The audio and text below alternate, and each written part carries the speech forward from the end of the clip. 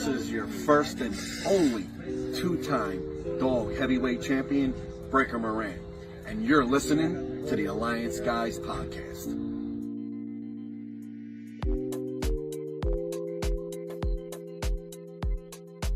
This is David Goldie, the World Wrestling Grand Prix Champion, and you're listening to the Alliance Guys Podcast.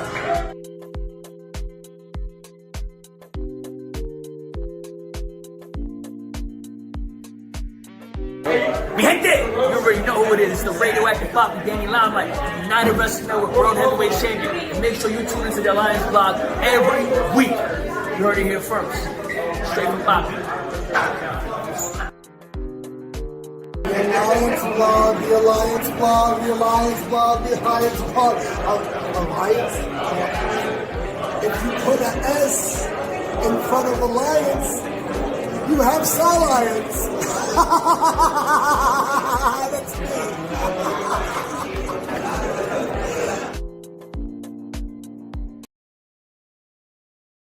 Building an alliance. Will you join us?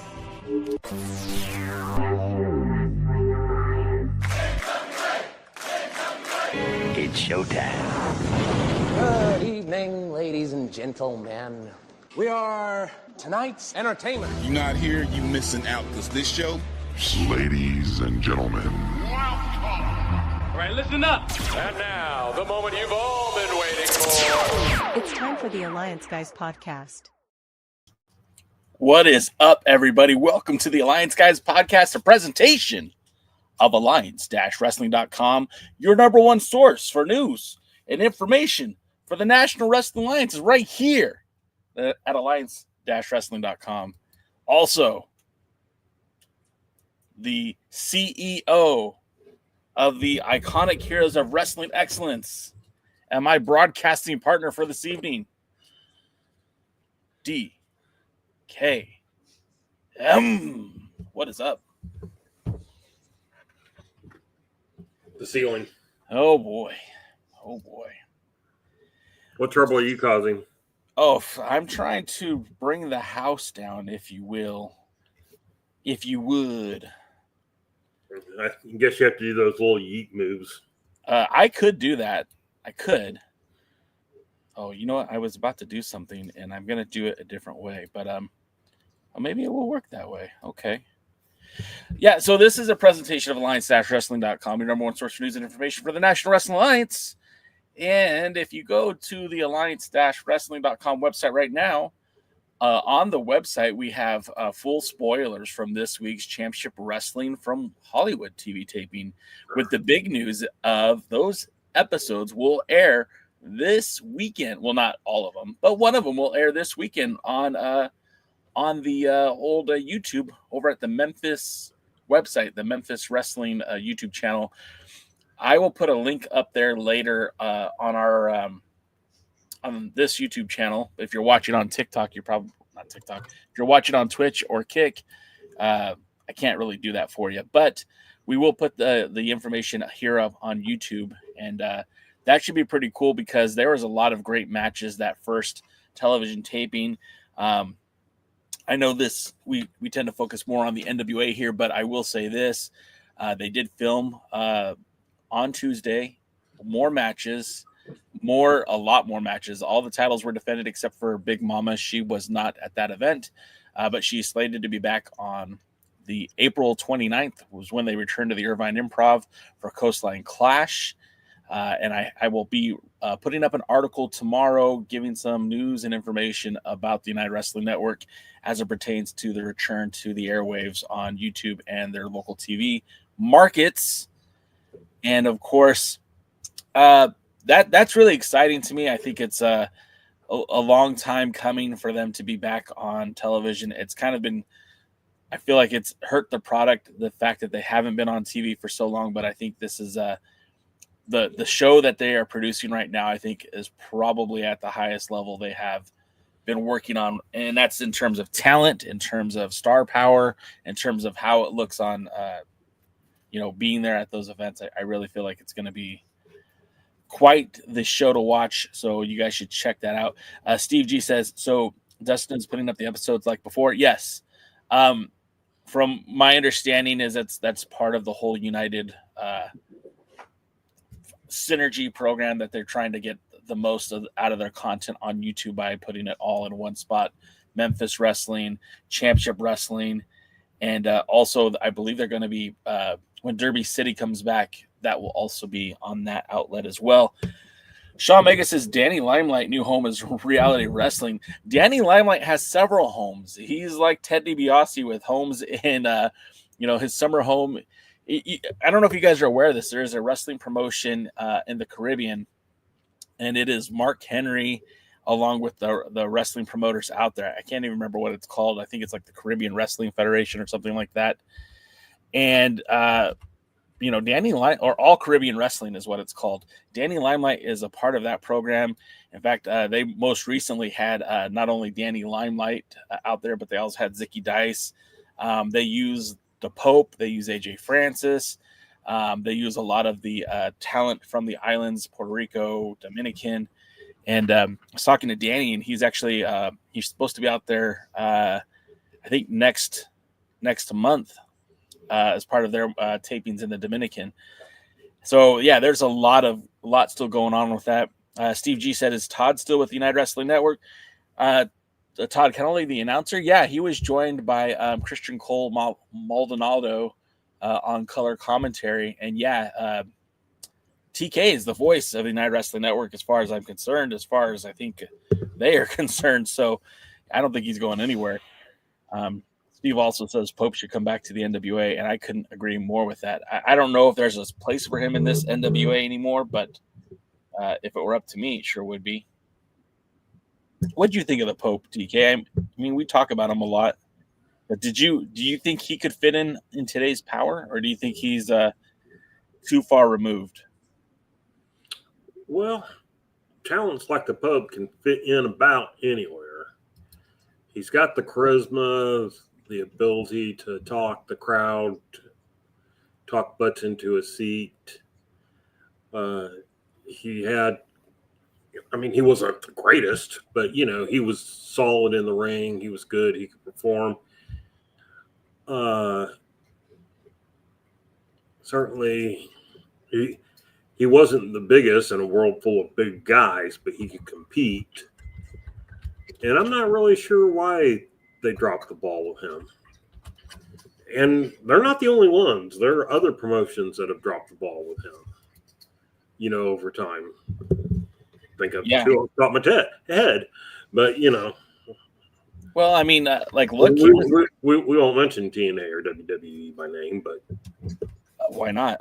He was doing stuff with Derby City Wrestling, too, prior to the All Caribbean Wrestling kicking off. So, the fact that I haven't seen him in the United Wrestling Network ring in over a year is also kind of disappointing. I thought he would have been a guy that could have emerged as a challenge for the United Wrestling Network World Championship. So he does get slept on a lot by people, and I don't know what that is. What does it say about the Pope, or what that says about the promoters who have been using him? I mean, every time I see him in the spotlight, he seems to make everyone around him look better. So not sure about that. Yeah, maybe Tyrus didn't like him. I don't know. Well, and that might be true, but Tyrus has been gone now for over a year. But my biggest guess is Billy didn't know how to use him. Kind of like, somebody goes, when Raw was 3 hours and now that SmackDown's 3 hours, they always struggle to fill up the 3 hours. So I go, how can they struggle? They got all these talents that they don't use, and creative has nothing for. And it's just like, if you're trying to fill up a 3-hour television show, maybe start using some of these people, maybe come up with creative. Because if creative doesn't have something for a given wrestler, that's on creative, not the wrestler. No, and there's only so much you could do as a wrestler, right? Like, you only have the time that's available to you to participate, to be in the ring. It's like, it doesn't matter how loud you bark. If they don't want you on TV, you don't get to be on TV. So that's always been kind of a weird dichotomy. And I'll say this, we look at the we look at the NWA as it stands currently, I thought maybe it might be the Pope's age, right? Because he's a little bit up there in terms of his age. Like, he's not a young, fresh chicken anymore. But you look up and down this NWA roster, and I mean, you guys got like Mike Knox, Trevor Murdoch. These guys aren't spring chickens. Mike Mondo. Let's also remember Pope was there. Would have been a strong contender during Aldous' second title reign. So that's been a few years already. Is my water in there? Thank you. Yeah, no, and I mean, gosh, I used to have the shirt handy, and I don't have it right now. But I mean, somebody out there, and I don't remember what the company was. I bought the shirt because I thought it was so cool. It had Aldous as the world's heavyweight champion and the Pope with the TV title, and it was like that picture was perfect. And at that time, if we could have had a Pope versus Nick Aldis match, and it was booked seriously as Aldis being a true contender Pope being a true contender for Aldis's title, I feel like that would have been a good sell, an easy sell. And I don't know anybody who wouldn't want to have seen that match. So it's always been kind of odd to me that they never ran with it. They never booked that match. Yeah, it was weird. And even when they did book it, Billy did everything he could to denigrate it. Yeah. And he put it on, because it's back when they were doing pay-per-views. He put it on TV instead of a pay-per-view. He got the shot because it was back when they were doing those 6-man tag warfare or whatever it was. And so his group burned a title shot, and that they could cash in. So he called it, and I still remember Billy talking. It was like, and Pope wants his shot. I can't believe he would want a title match. I'm looking at Cage Match, and right now it doesn't even list that Aldis and the Pope even had a one-on-one match. I see Kratos and Stevens with the Pope versus Adonis and Strictly Business, but not exclusively a one-on-one match. Now, am I misremembering that? Did they face each other? I'm pretty sure they faced each other on an episode of Power. So anybody who has episodes of Power saved up forever, go back and look. Let's see. So, all right, I'm going to just pull up his NWA matches real quick. The Pope. And as we see, like, his first foray into this modern-day NWA, he defeated Zicky Dice for the World Television title. That was weeks after have been on commentary, during the pandemic pause, and then coming to the NWA as a grappler. He defended the title against Thom Latimer. He defended against Fred Rosser. He defended against Tyrus. Defended against Matt Cross. Lost the title to to Tyrus. Excuse me.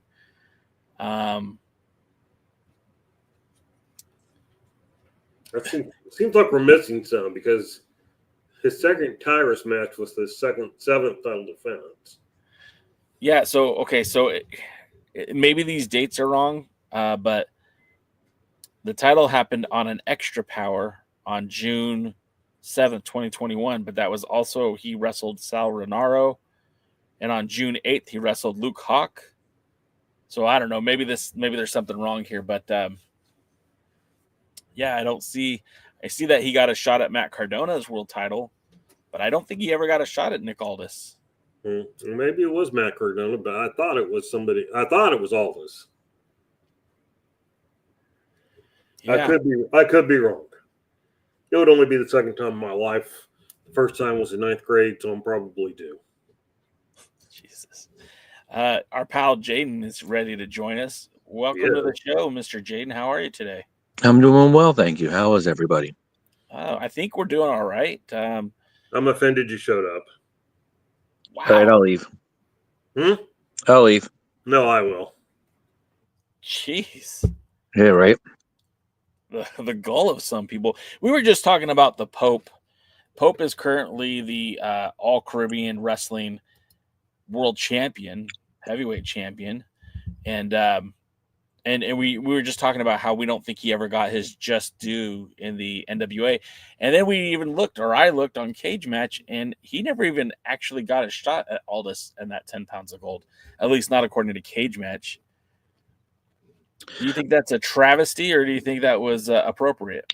I actually think that is true. I don't believe he did get a shot at Aldis. I believe we had a conversation about that at one time, either on here or in the chat. Our own private little chat. I think that is a travesty, honestly. If built right, the Pope versus Aldis could have been a big match. You know, there's a lot of things that could have happened. You know, while the NWA was definitely better then, there was definitely a lot of missed opportunities and drop balls. So there was definitely a lot of chances where they could have done more with the talent they had. And for some reason, they chose not to. And I think the pandemic partially came part of it. But there was time during the pandemic, there was some missed opportunities in television time for people who really didn't need it. Yeah. And well, I mean, we watch it TV now, and we watch Power now. And man, I wish there were some things they weren't doing now. I do want to talk about this, and I have a video I'm going to show. So if you want to just sit back and enjoy this for just a moment.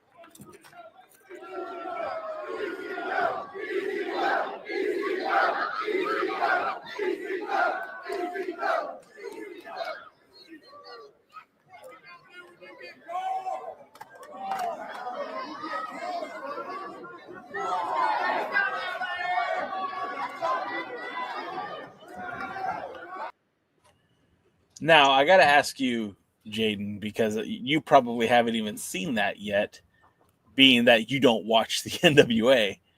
That wasn't on TV yet. That was something that they leaked on X as a way to help promote the Crockett Cup. The match has been made official. It will be Thom Latimer defending the 10 pounds of gold against Rhino at the Crockett Cup. And you know, I gotta get your take on that, Jaden. I mean, Rhino hasn't been involved with the NWA in quite some time. The last time he challenged for a National Wrestling Alliance title, he challenged Nitro for the NWA National Heavyweight title.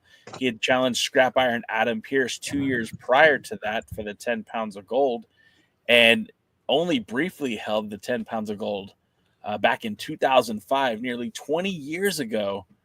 That man was the NWA Worlds Heavyweight Champion. He's making his return to the NWA, and I got to hear your take on that, Jane. What are your thoughts on Rhino coming back to the National Wrestling Alliance and looking for the 10 pounds of gold? I know there's a lot of people, especially in the Discord, who think that they'd rather what was that guy in the WWE who recently got a shot? Yeah, that guy. They think he deserves a shot. But in reality, Bishop Dyer, or whatever his name was in the WWE, he's not that big of a deal. The insiders seem, for some reason, always have a little weird liking for him. But he's not that big of a deal to the casuals. Rhino has wrestled for WWE multiple time. WWE hardcore champion, and was one half of the tag team champions more recently. But he was part of ECW, former ECW heavyweight champion, former ECW television champion. He was part of TNA. He was held multiple gold at TNA, including being NWA World Heavyweight Champion. And they're wrestling in the arena. Now you're thinking like, oh, they're automatically going to sell the arena. They sold out last time. a lot of times when you come back to an arena, it is harder to sell out a second time. Usually you get a much smaller crowd, sometimes as much as 40% of the actual crowd that you had before. Because I saw this last time. Yeah, they saw it. It was something special. It was, but to be honest, I don't watch the NWA really, but when I was there it was at the arena for when they had it. It was probably the better NWA production they put together recently. So it wasn't like it was an embarrassment like some of the stuff that they've been doing. So the fans don't, who may not know or watch the NWA, they may not be as disappointed with it as some of the other fans are, but it's still, they've seen it. It's there. They know what it is. If it didn't immediately bite them and it didn't immediately hook them, then chances are they may or may not come back. So they have to get something. And now Natalia's going to help, and I think Rhino will help. And the 10 pounds of gold itself does have some weight and it will help, but they need what they can to do so. So I think this match is important. It is a former champion, guy who's been places, and it's a good win for Latimer. Latimer needs these type of things. He needs these big wins and these big matches. His matches against Brian Idol or against the guy who doesn't understand who creatine is, that's not really doing a lot for his aura, his presentation, his reign as champion. Wins over Dyer, wins over Rhino, wins over Matt Cardona mean a lot more. And I think this is something they need to push to the narrative to make his reign a success. Make sense? Oh, absolutely. Now, I want to hear your take, DKM.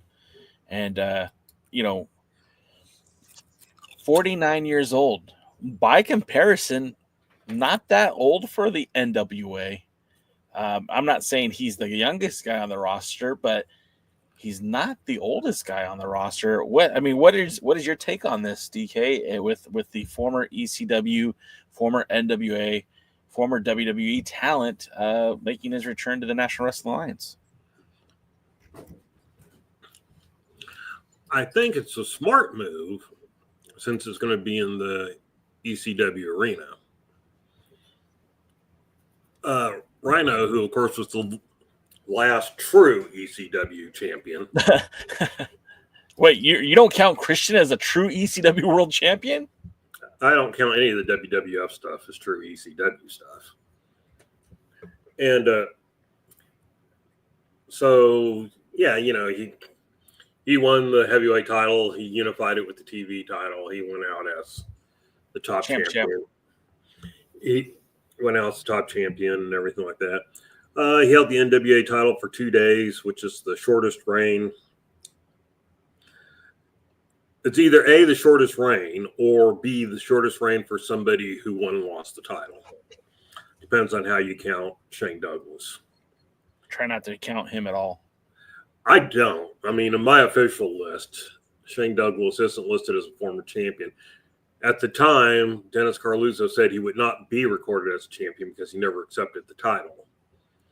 And so, of course, as happened way too often in NWA history, later groups would come in and retroactively recognize people so that they could increase title things or hold somebody up as champion or whatever. It was stupid. I don't recognize Shane Douglas, and I don't recognize the Harley Race title change in New Zealand because it never happened. It was never official, and yeah. I'm not talking never official as in, it wasn't. It was like Baba in Japan. No, even in the storyline of the local promoter, it was never official. Ric Flair never won the title back. He was given the title back because local promoters said the NWA overruled the title change because there was a fast count or something. I don't remember what the official thing was. That was one of those things, again, nobody ever recognized it until years later when WCW kind of recognized it so they could call Flair like a 10-time champion without counting his WWF title reigns. So they recognized that one, and they kind of recognized the title change with who was it? Fujinami. Yeah, Tatsuji Fujinami. Yeah. For those who don't remember that story or don't know that story, and Fujinami won him, who was, I think, the IWGP, the IWGP, the Northland Grand Prix champion. And so he won a title versus title match with Flair. And, but WCW claimed that the Steiners wrestled the tag champions and won the tag team titles. They were the NWA tag team champions and they won the IWGP titles. Flair wrestled Fujinami for the IWGP title and the WCW title. New Japan declared that Fujinami won. And WCW said no, Flair was disqualified. And under WCW rules, the title doesn't change hands in disqualifications. Yeah. And Fujinami got a pin. The disqualification was one of those dusty finishes. Yep. And so, New Japan was saying the rules were under New Japan rules, where WCW was saying, no, the tag team was, but not this one. This one was under WCW rules. How convenient. And so Flair went and stole the belt back. And so at the time, New Japan was calling him the NWA champion. And so there was a rematch back in the U.S. and Flair won and the titles were reunified. But the truth was, New Japan never recognized Flair as WCW champion, and WCW never recognized Fujinami as NWA champion. Each of them thought that their guy was the rightful and only champion. And so, and again, NWA later decided to recognize that title change. And it's something that, again, in my world, in my official history, I no longer recognize. So let's go back to Rhino. Rhino. So Rhino, I mean, he's the right choice. It's the right place. No, he shouldn't be challenging for the national title. I doubt he would put Mims over anyway.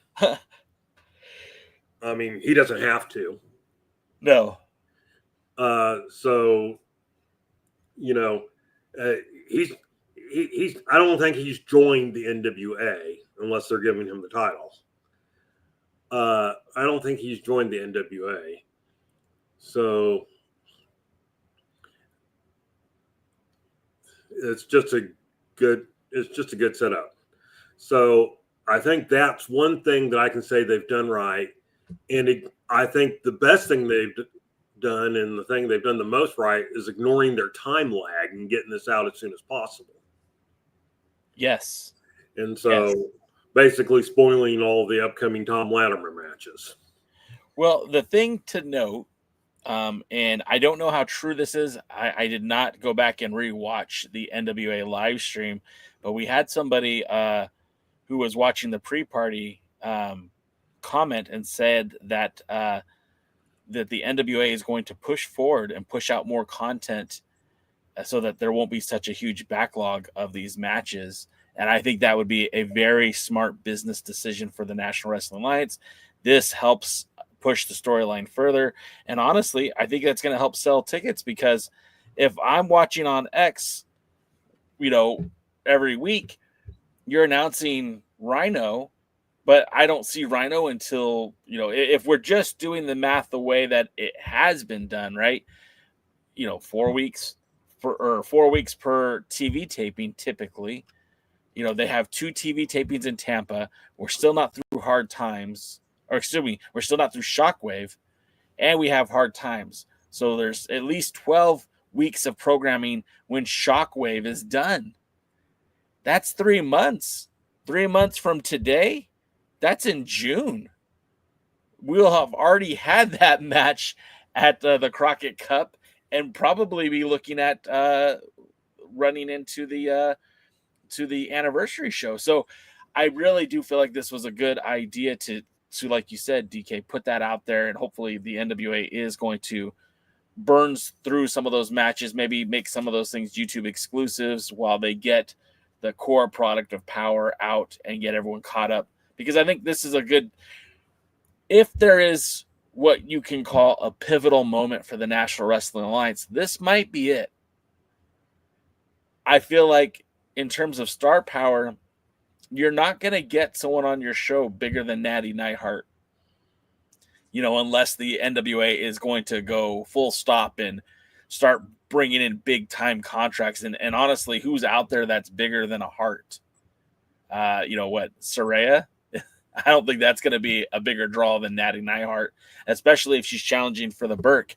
And as it pertains to Rhino, 49-year-old Rhino, who that guy hasn't stopped working.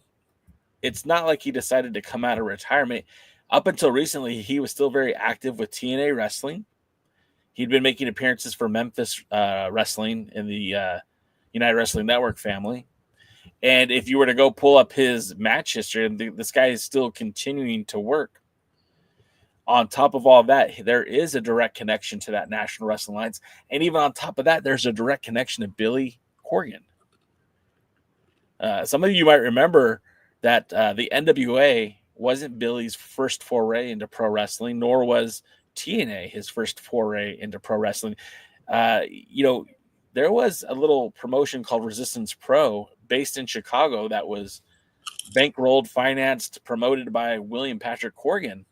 And one of the matches that he booked multiple times, not just once, but multiple times, was Harry Smith, who was the Resistant Pro champion, later would win the Crockett Cup, against Rhino, who they were still billing as ECW champion, which was many years removed, probably shouldn't have been. So I'm thinking like this is got all the makings to be something bigger than maybe we even know. And would it shock either one of you if Rhino won the title? DK, you go first. Well, that's interesting because that was the question I was getting ready to ask you. Would it shock me? Only a little. Okay. Only in the sense that I don't think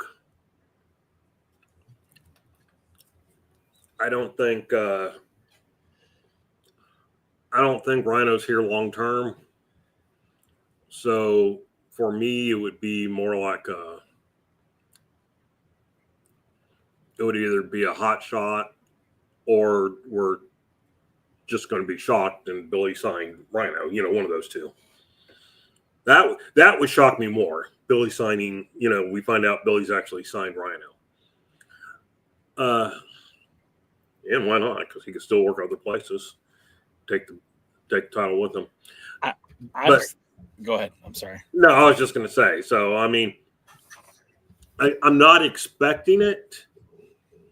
And I would probably say, holy shit, if I were watching it live.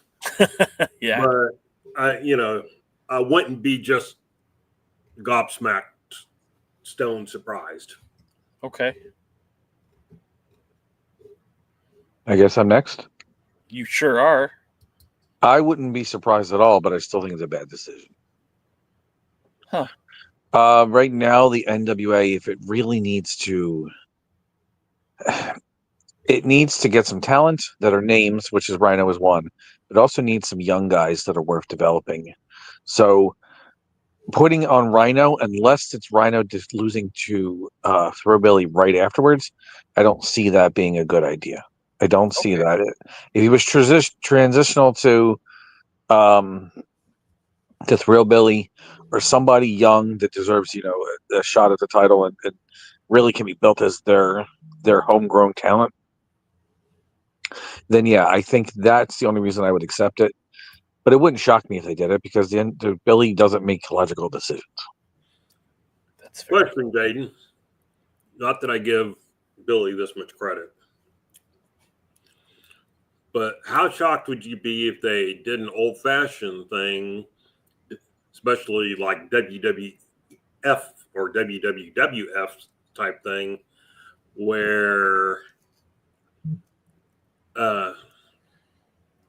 Rhino won it, and then at some show where there just happened to be cameras, within the next week, Thrillbilly won it.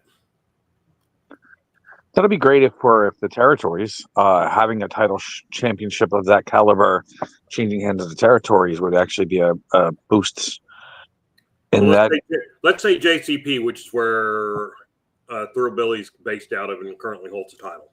Well, they definitely have cameras there anyway, so it would be interesting. It would be a shot in the arm for JCP or Crossfire or any of the other promotions out there. So I think it's, it wouldn't be a bad, if they're going to do it, that's probably the best way to do it, because then that would truly be shocking. It would be good controversy.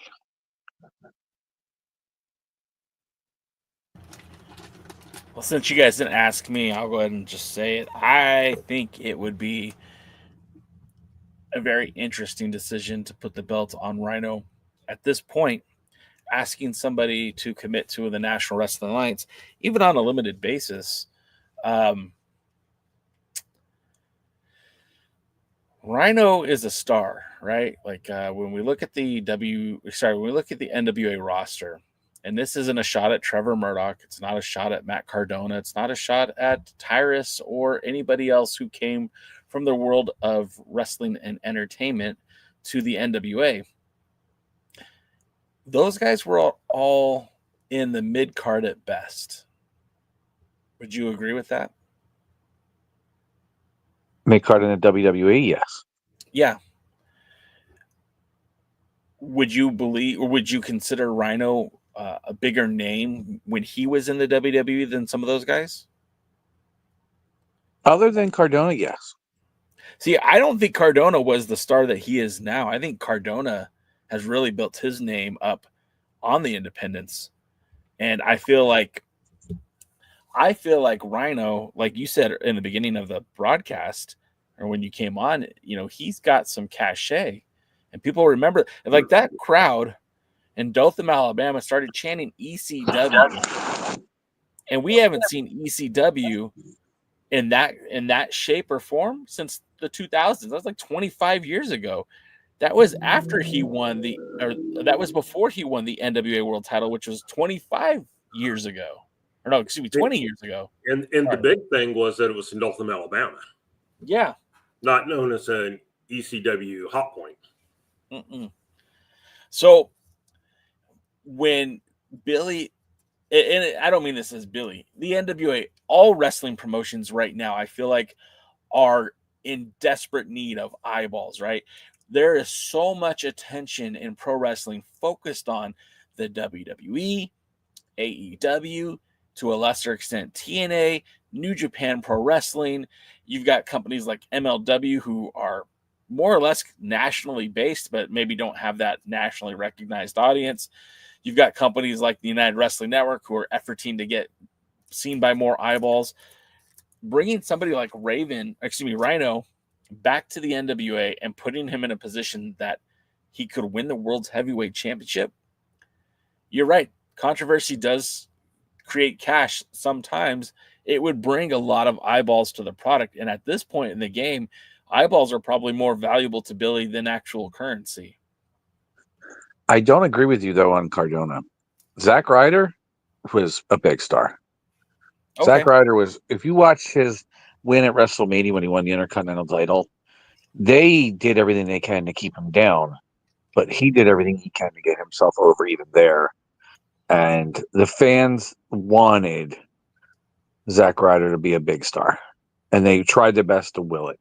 He was able to will it himself after getting out of the WWE, but I think when it came to the recognition, more people would probably recognize Zack Ryder than Rhino, because he was very popular, and it was around at the time, more recent time than Rhino was, unless you kind of SmackDown tag team run.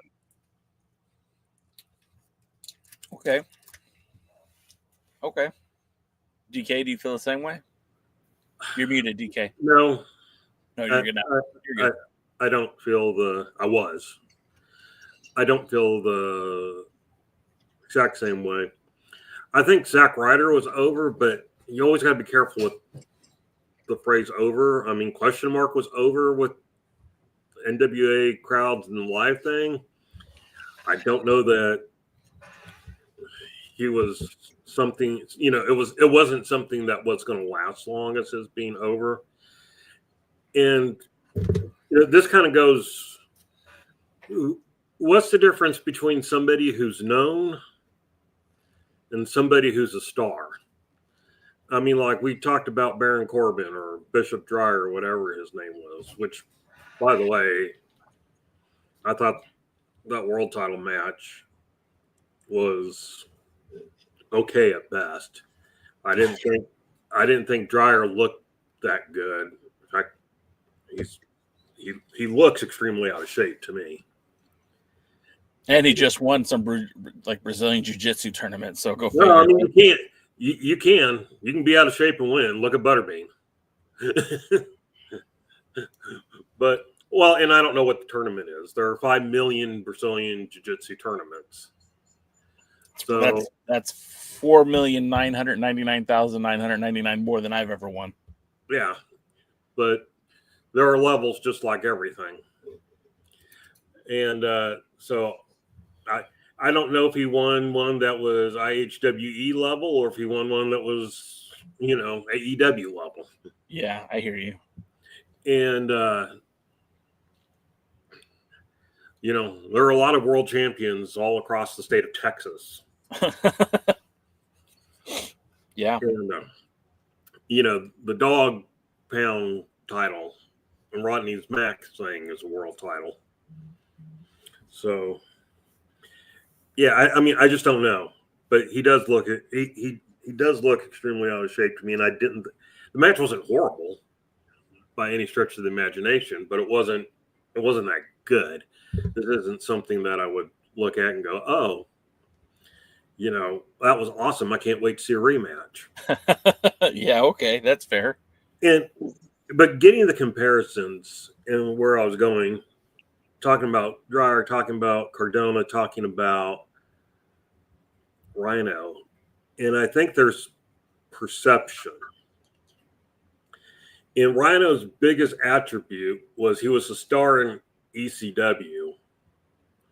Well, how big was ECW? They were a long way away, 3. But their fans were so rabid that 20 years later, people still chant ECW. Yeah. Or EC Dub, or whatever they chant. EC Dub. And so in that way,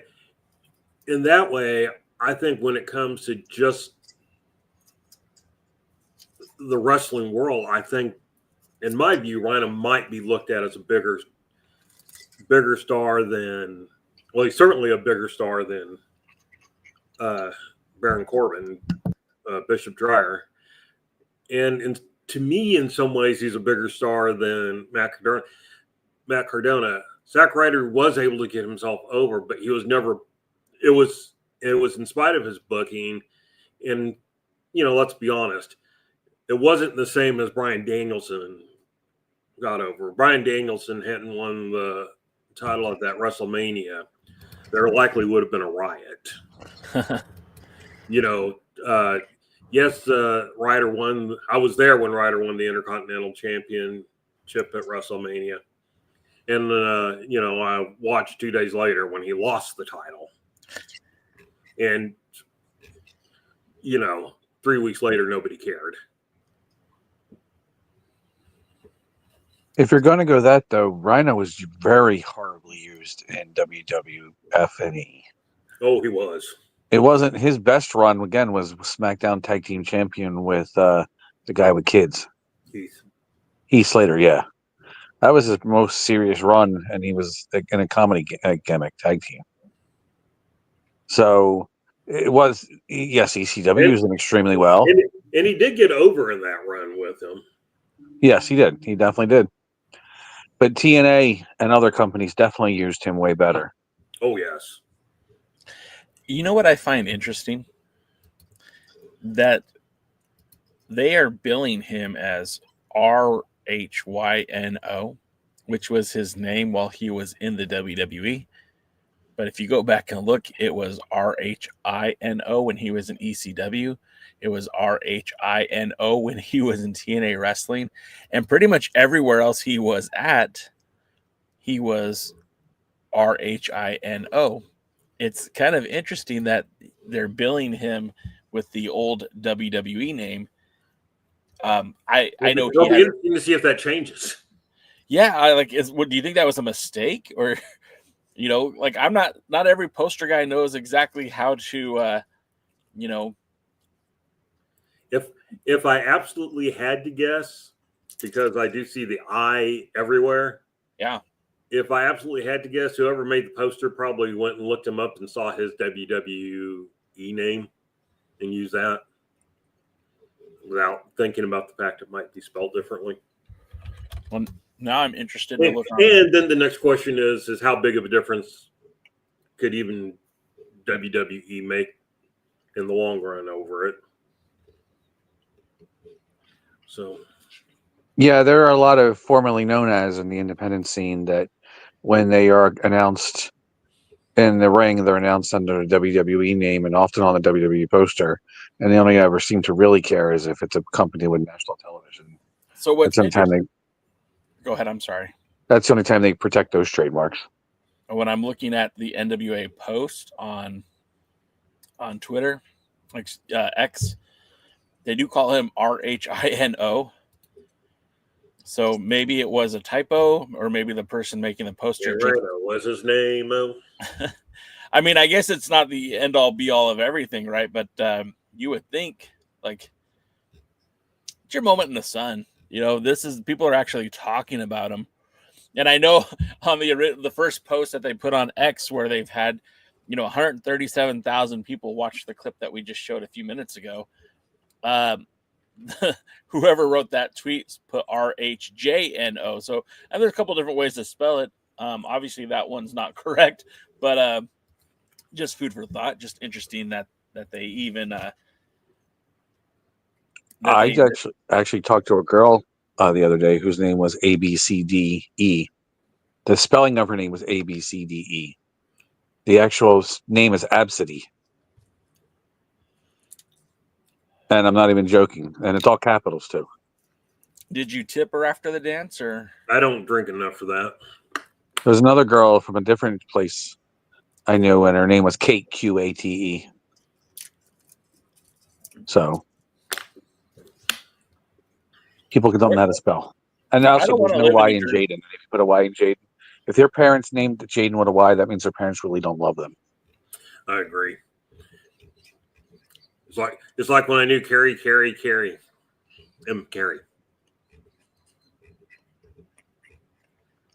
How many ways are spelled J? Believe it or not, I get misspelled a lot. Dave Marquez intentionally spells Jayson when he's messaging me. Hello, Jason. DK, does anybody spell your name wrong? Everybody spells my name wrong. I send emails out with my name spelled correctly in the email, and they respond back to me with my name spelled wrong. How do you misspell DKM?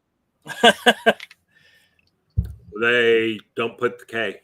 They put an extra N in there. Some. I love that inside joke. That's normally only you, though. What? Hey, Jake. You say Jaden or Jay? Jay. Yeah, what's up? So, are there, with all the recent new indie people floating around, is there anybody you want to see magically show up in NWA for a while? Doesn't have to be, let's say 6 months to 3 years. I think at the top of my list right now would probably be Indy Hartwell. I think she was a really good talent that hasn't really been brought in anywhere else. And I don't think she was bad. I just don't think they had a good storyline for her. And I think bringing her to the NWA would be similar, not the same, but similar to getting Camille back. Somebody who was pretty good in the ring, but so much bigger and athletic than the rest of the women on the roster. Like they're like Tiffany Nieves is fit, but would you say that Tiffany Nieves was much smaller than Camille? I don't know. I never saw them side by side. Would I say it? I don't think she's not as big as Camille.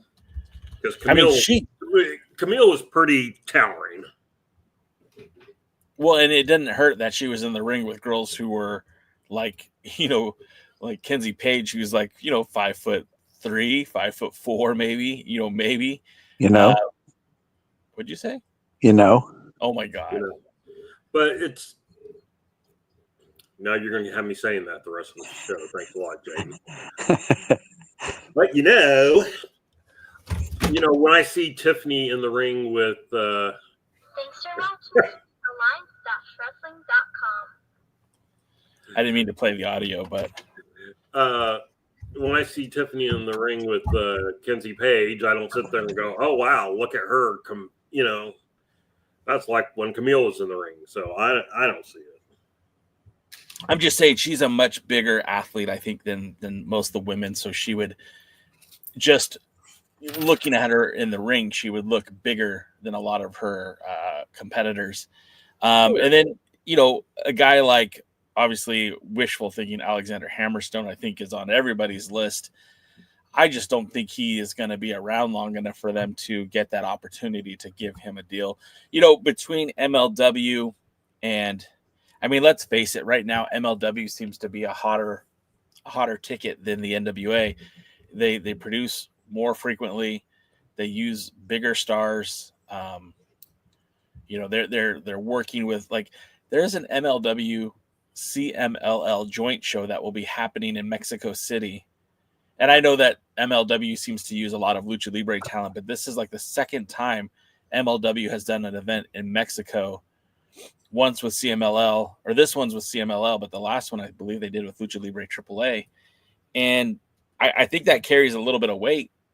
And I just see a guy like Hammerstone, if TNA decided not to re-sign him because of contract or whatever, I honestly see him ending up in like AEW. I think someone sent me a picture of him inside the Performance Center. But I don't know where he ends up next. He would be a guy that I would definitely take on in the NWA. Okay, let's ask a hypothetical here. Hammerstone's going to AEW or NXT or wherever. All right. Sean is not wrong. So Hammerstone's going somewhere. He's going to one of the big league things. But not for a few months, for whatever reason. Yeah. They're not going to use him. They're not going to. So he's available to the NWA for 3 months. And he's willing to come in and wrestle for the NWA for 3 months. If you put the title on him and then you can take it off him at the end, would you do it? Yes. Jaden, would you? It depends. I wouldn't say yes automatically because I don't trust Billy to do it right. Well, nobody. We're going to assume that Billy's going to do it wrong, but just in general, would you do it? I would do it if I was in charge, probably, and I would use it as a quick championship, better than Ronnie Garvin or like that, but more like somebody to hold the championship to build up the next star. He beats Latimer, and then somebody beats him. And that maybe throw Billy or maybe somebody else, but somebody beats him and becomes the next big thing in the NWA to move forward on. And it's wrong right now that he's not being featured on television. It's wrong that Richard Holiday is not being featured on television. And if you're going to go, I don't think the NWA should waste money on Indy Hartwell. I like her as a wrestler. She was very good. I don't know if I think she's not from this country, so I'm not sure if she has a working visa that she can stay here for much longer. Isn't she? Yeah. I think so. So I don't know how well she could stay in this country without being at a company that can get her a work visa. But here's the problem: a lot of people they want all these big women wrestlers, but they don't realize the women wrestlers don't push the needle as much as they think they do. They have a higher price tag for what they bring to the table, and they don't draw the attention. They don't draw the fans. They don't draw the ratings. They don't draw that big crowd outside of a very niche audience and I don't think people realize that. Now, if they had a lot of money and they were bringing a bunch of talent in, and she's one of them, that may be something. But if they're banking on her to be a difference, she may or may not be. Probably not worth the cost that they do to bring her in. Okay. I don't even know who I would bring in. In fact, right now, I think if NWA is patient, I see TNA imploding right now with the firing of Gail Kim and things that are going on. And I've heard some stuff. I see is right now TNA has all this opportunity and they're just blowing it right now. And I see them imploding. Bad decisions upon bad decisions. Question for you guys now, since Jaden brought this up. So, if you could sign Kim Gale to a back, what's it called? Behind the scenes role, would you? Yes. I put her right in charge of the division, women's division. She'll have a bigger impact with the women's division than anything that Indy Hartwell will. That's fair, but like currently Jazz is the person that's promoting, or not promoting, but producing most of the women's segments. And that's probably why it's better than most of the men's segments, but well, I guess my question is like if she's so Gail Kim was head of talent relations in TNA Wrestling. Does that role make sense for the NWA? Pat Kenny's currently your head of talent relations in the NWA. Don't you need talent to have talent relations? They have some talent signed, and they have talent. That's the talents is not the problem. It's the question. Like, I think we can agree to that. And even Sean said it, like, look, all the talent in the world can't save bad booking. And that's the thing right there. No matter how you dice it, MLW is booked, I think, by the owner of MLW, Court Bauer. I believe he's the head booker. I think he does creative. I don't think so. What's that? I don't think so. Okay. The NWA, we definitely know that Billy Corgan is in charge of the creative for the National Wrestling Alliance. So, I mean, that's problematic because you can't fire the owner. And he isn't taking a backseat to anybody because Billy Corgan doesn't have investors. If the NWA doesn't make one dime, what does he care? It's a vanity project for him anyways. So, a lot of people don't realize that sometimes that's long-term harmful for the business they love.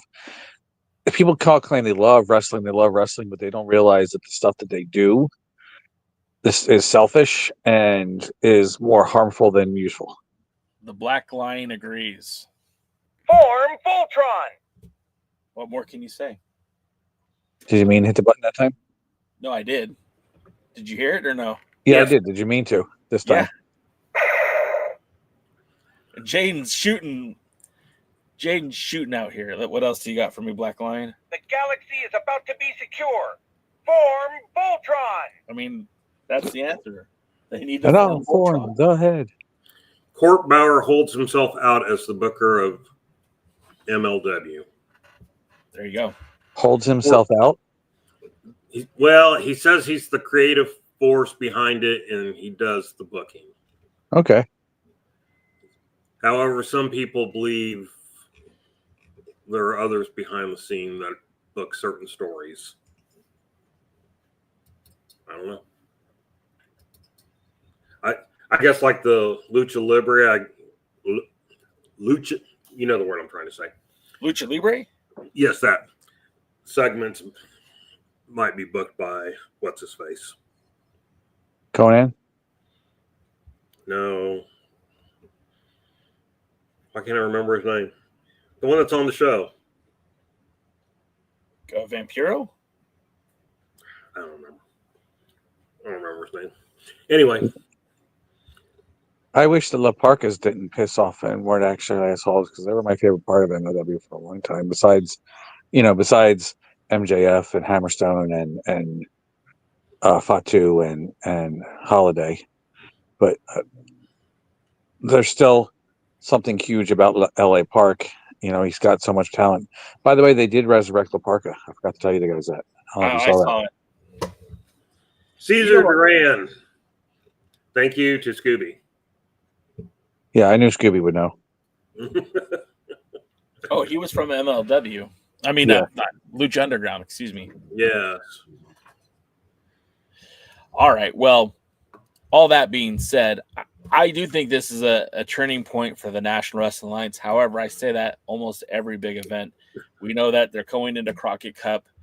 They've got two. I mean, they haven't said who Natty Neihart is wrestling, but she said she is going there to win championships. So I could only imagine she'll be wrestling for the Burke, because I doubt they would bring in somebody the star power of Natty Neihart and then put her in a match with Big Mama for the TV title. I think it's all or nothing here. And I'm surprised Discord isn't trying to get her a shot at the national title. Oh, they probably want to give her a shot at the tag team title. They probably think she should team with somebody to win the tag. Well, it should be Natty and Natalia as the Natalias. As Natty by nature? Oh my God, that's perfect. I know that's her screen name though, isn't it? Like her Instagram account or something. Doesn't mean it won't work. Yeah, I think that's what she uses for then Natty Trill Disasters. Natty Trill Disasters. Natalia Squared. No, but yeah, so I really feel like this is a big moment. The Crockett Cup is going to be a big moment for the NWA. 2300 Arena, your boy J Cal, despite what the internet rumors have said, I'm going to be there. Just don't tell my wife. Just don't say anything to her. I was trying to make sure you weren't there because I don't want to have to go with you. You're screwed, bro. No, if you don't want to go, I mean, you don't have to go. I want to hang out with you. I just don't want to go to the NWA. I'm flying. Okay, so I have my itinerary, not on me, of course, but let's see. Maybe did I put it on my calendar? I'm flying in, I believe, that Thursday. Maybe, shit, hold on. Now everyone has to wait and for me to find my schedule. And boys, his arm's tired. Yeah, right. Okay, DK, so you going? DK? To be determined. I have some conversations that have to be had. So I fly in on Friday, and I should be in Philly relatively early. I think like 3:00, and then I will be there until all day Saturday. I'll be there all day Sunday, and then I fly in Monday early. So all of that to say is that your boy Jay is going to be around. And if you don't want to go around, if you don't want to go to the Crockett Cup, Jay, and you don't have to, but you're going to be missing hanging out with, guys like Sam Retro. I think he said he was going. Dave Scoob will be there. I know the Woods will be there. We got Wood. Tim and Reluca, the Reluchador, makes her, her return to the to an NWA event. Tim will be at the NWA. That's wild to me in and of itself. Hopefully Tim won't get laid at this one. What? Remember that one time he got laid? Oh, yeah. Okay. Right in front of his wife, too. I mean, that was... Hey, Double D, are you going to be in Philly for this show? I mean, I know you're in Uptown New York, but that's what, like a 3-hour drive, 4-hour drive? You going to come on down? Uptown New York, like New York City, or upstate New York, like I Buffalo? Totally meant upstate New York, and I said Uptown New York, and that's like maybe the third time I've done that this month. So there's about 7 hours from Buffalo. 7 hours from Buffalo to yeah, Philly? I know. I made that ride back and forth many a time for a nice blonde.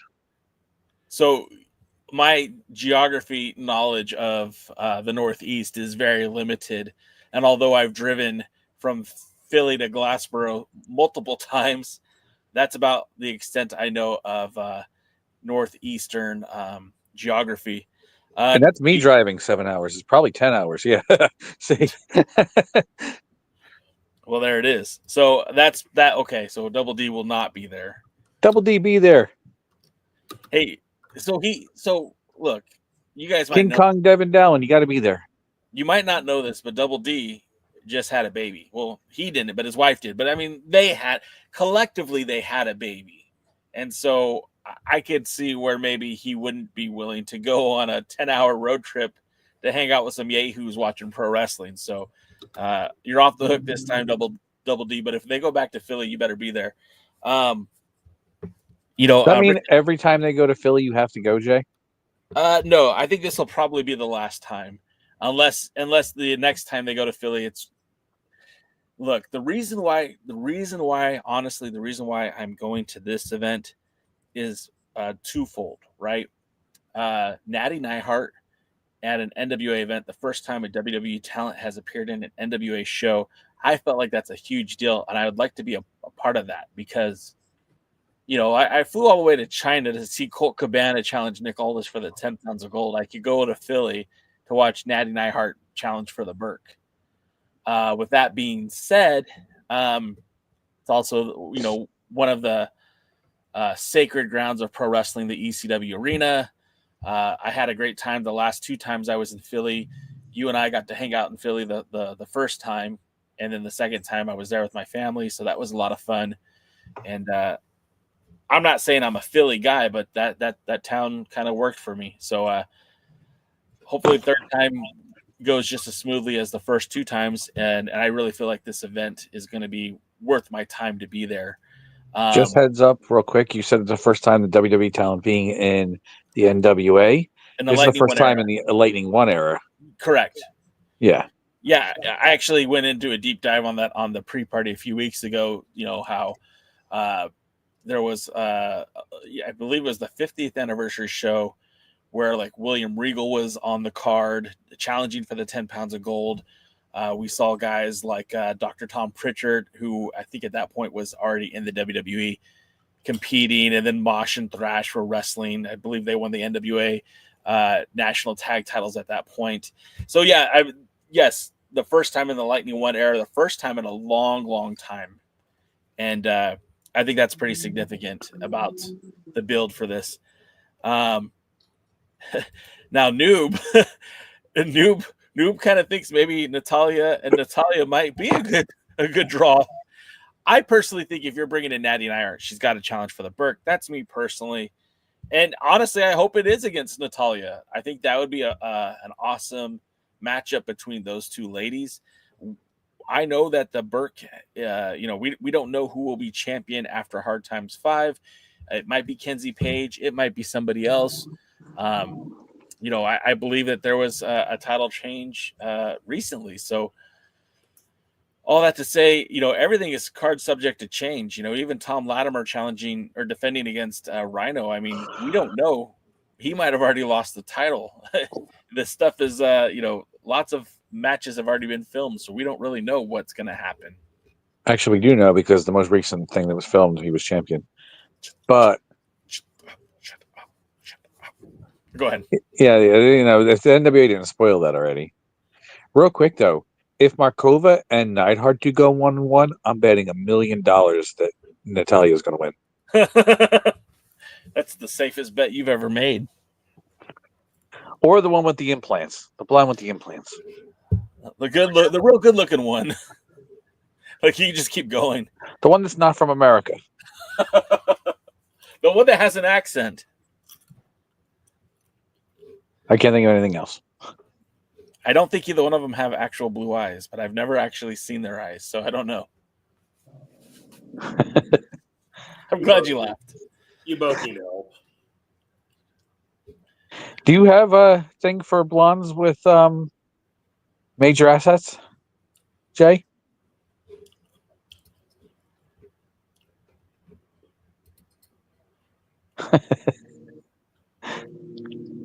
What's it at? If we're counting all across the board, I'm still like 400 short.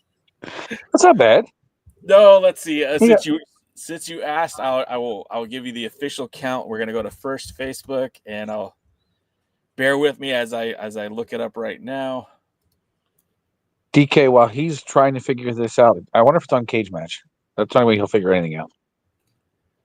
But if Natalia Markova is champion and defends against Natty Neidhart, do you think that's a good thing, or do you think it's better that Kenzie Page does, or something along that line?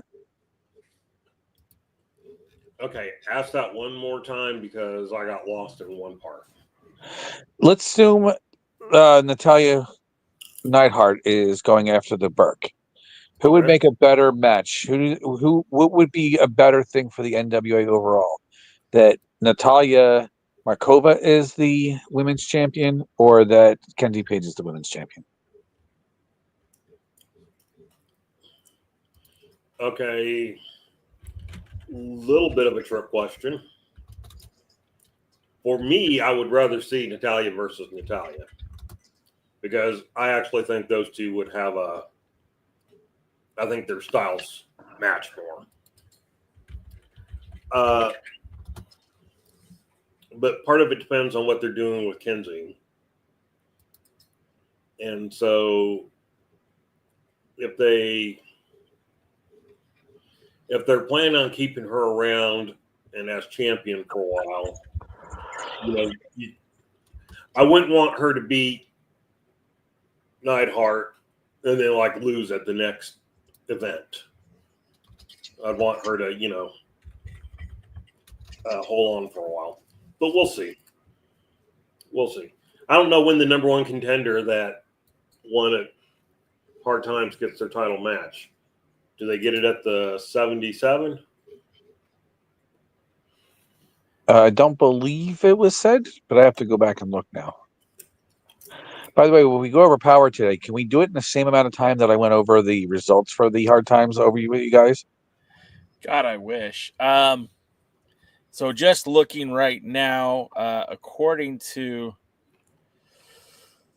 Instagram, there was a whopping 133 likes, and everything goes downhill from there. Instagram or Facebook had 36 likes, so that gives you 172, and then Threads had 6. That's interesting. 6, 6, and 6 are the end of the numbers. It's also my wife's birthday. Yeah. So that means that I'm good to go. Just don't tell my wife. Tell my wife. I'll never tell your wife. She's like, I'm gonna go get milk, guys. I'll be back in 4 days. Don't traumatize your kids like that. Every time I leave the house, I tell them I'm going to go get milk, and they start crying. It's just awful. Jaden? Yes? The trauma wouldn't happen until he came back. Oh, screw you, pal. Hey, you can't expect for something to be set up like that and me not take a swing. I can expect anything and everything because that's what I do or something. I'm sorry, were you talking again? Jesus. What kind of cheeses? Ooh, Cheez-Its. Ooh, Cheez-Its. You know What's your favorite Cheez-Its? Cheez-Its are good in small quantities. You can't have a ton of Cheez-Its. It's just... That is not true. I once made an entire bowl, big, huge bowl of various types of Cheez-Its dumped in the bowl. And I probably ate half of it. That sounds terrible. That was great. Cheez-Its are really good with sour cream, with cream cheese. According to Cage Match, Kenzie hasn't defended the title this year, the world title this year. That doesn't surprise me. Huh. Because in the January one, no, that can't be right. Because wasn't Tiffany this year? But that was filmed at Saw Win. That was filmed in October. And then she defeated Haley J. It's still hard to figure out since, we don't see the title defenses until... She defended against Haley J at Looks at Kill back in December. Yeah, all prior to 2025. Because that's when she won the tag title too. She won the tag titles there, and then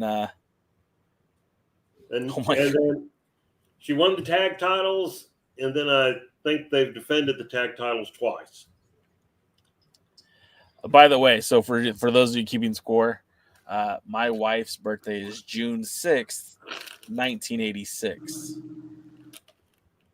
I thought you were going to say So, 2006. what, you want us to send a card or something? No, but she literally is 666, and I still married that woman. Actually, she's 6686. Why do you gotta see? You're no fun, dude. I thought you were really going to say she was born in 2006. That would make her 19. And my oldest daughter is, well, her oldest daughter is 12. So do the math on that all you want. Was that the stupidest thing you ever heard somebody say? What? Do the math on do with that what you want. No, do the math on that all you want. Is what Billy said when he was getting to the Shockwave name. I literally wrote it down and I sent it to you guys because it was just the stupidest thing I'd ever heard. Yeah, so we tried to block it from our memory. Yeah, thanks for bringing up that trauma, man. Next thing you know, it's bad enough Willie keeps bringing up Tyrus. Trying to forget him. So did you pay attention to Power this week? Not really. Good. That's all we need to know. Because all right, there's our Power thing this week. Billy does something equally stupid in the tournament match. And I'm trying to figure out if it was intentional or if he's just that stupid. Well, let's talk about it. So, man, son of a bitch. So, Power started off again. There, we're still getting these. Can we just play the guy from Reddit's thing and just call today? No, because that's stealing. Can we borrow that and slightly change it and call it a day? Well, maybe we should combine it. He only does the shows, which, by the way, the matches, which his grades were very close to mine. He doesn't do the skits, in which I think I failed 3 of the skits, and were there 4? I think I failed 3 of them and gave a D- to 1. If you guys remember back when the first episode of Primetime Live happened, and I'm pulling back the curtain a little bit. For those of you who've been watching for a while, you already know this, but there was a huge falling out between initially Nick Aldis and Dave Marquez. Later that responded with the NWA and United Wrestling Network parting ways.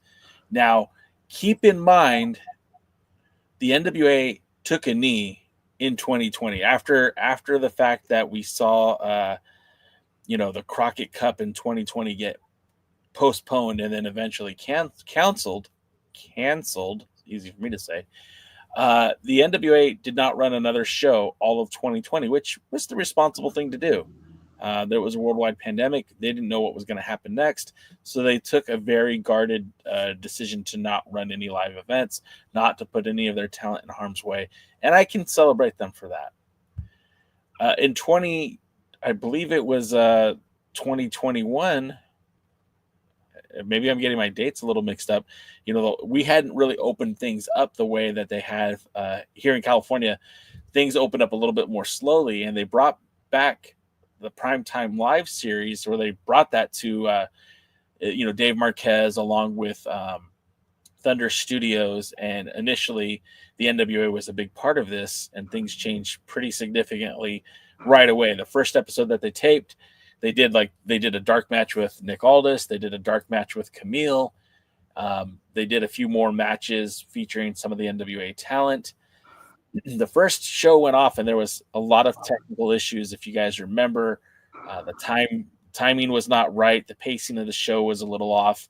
Some of the matches went long, which resulted in Aldis having to cut out a lot of that main event with him and Mike Bennett. Now, the match itself was pretty good, I thought, but that sent a very sour note for the NWA and the United Wrestling Network. Nick Aldis refusing to do any more work with Championship Wrestling, indicating that what they were doing was community theater. Now, the NWA would still send out Thunder Rosa to have her title defenses. They would still send out Zicky Dice to defend his title. Aaron Stevens would defend his title. So they still used the platform, and then later would re-air all those shows from Primetime Live as NWA Shockwave. So that falling out between Aldis and Dave Marquez, which would lead to the falling out between Billy Corgan and Dave Marquez, the NWA Championship Wrestling from Hollywood, all that stuff kind of came to a head. And the point I'm bringing up is Aldis called what Dave was doing community theater. And when I watch Power and I see these segments where you've got the Aaron Stevens Wrestling Academy, and I love Jeremiah Plunkett, so this is not anything negative about JP. It's not anything negative about the talent that's involved. But these segments, these skits, how is this any better than community theater? How is this anything? How is this better than what they were doing on Primetime Live? And if Billy Corgan and Nick Aldis had a problem with Primetime Live, how could, in good conscience, Billy be producing these segments in this show, knowing full well that this is worse than technical snafus? This is just bad booking, bad storytelling. And I guess the point of all this is to say, like, I can appreciate the National Wrestling Alliance effort team to do something different. I could appreciate the National Wrestling Alliance for trying to tell stories in a different way. Obviously, this was all filmed at once, so it hasn't, the feedback that they're receiving from this stuff now, it's already in the can, and they can't go and change anything now. Or, I mean, they could. They just are refusing to do so. So maybe it will get better with the next set of TV tapings. Of course, they just filmed Hard Times. They just wrapped that up last week. Spoilers are out on the internet. But it is what it is. And we could continue to beat the dead horse and say how bad these segments are, or we could just take them for what they are, which is just not very good, but an opportunity that the NWA took to try to tell the story in a different way. And that's kind of how I'm choosing to look at it. Aaron Stevens, one of the biggest things that people continuously talk about Aaron Stevens is how charismatic he is. And, when we had Damian Sandow in the WWE, how standout that was and how so many people got behind it. But I got to be honest, I am not feeling it in the NWA. I don't feel like he is the guy who many of the audience thinks he is. I think he's a talented individual, and I think he can help progress storylines. But this focus entirely on his match with Thom Latimer, the man will sit there and say, speak for 5 minutes without even saying anything. And at one point, Jeremiah Plunkett tried to pull him back in during the segment, and I guess that's done for effect, but it's every time he opens his mouth, I feel that way. It's kind of like talking to my ex.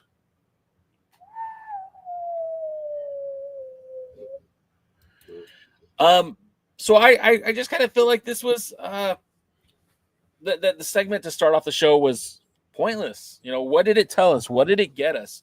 That he wants to control the world title. Great. As Jaden mentioned, what's his name? Marky D. His whole thing was like, why is the manager getting the most richest contract in the NWA history? And why is a manager taking this opportunity to put himself over instead of putting over his talent? And all these questions, I'm sure, have answers. Aaron Stevens is an arrogant ass. It's not necessarily outside Aaron Stevens' character to make it about himself or whatever. But what I want to know, because to me, this is the important thing, which is, and these are all filmed for the show where he challenges. We're watching down the show in which he challenges. But what's important to me is, has anything he done make you actually want to watch him challenge Thom Latimer for the world title? And, for me, it's a no. I know for Jaden, it would be a no if you listen to any of this stupid stuff. And I mean, I would think, Jay, you would be a no too. Am I wrong? No, it was. I thought this was terrible. But, I mean, and so that's my thing. It's like, well, I mean, are you thinking this is going to make me want to watch it? And that's with almost every skit that there is, and we'll get to one where, it's setting up for nothing. Yeah. So what else happened on the show other than a stupid intro? So then that would be done with the show by the time I got back. But what did you say? I was kind of hoping you'd be done reviewing the show by the time I got back. But I went off on a tangent. I apologize for that. Maybe I should try to be less long-winded when it comes to discussing the National Wrestling Alliance. But only power and anything to do with Billy Corgan. So the first match, and I don't get why they do this too. Like, I know the television title is, third on the list when it comes to the hierarchy of the men's heavyweight titles, but they always make that the opening match.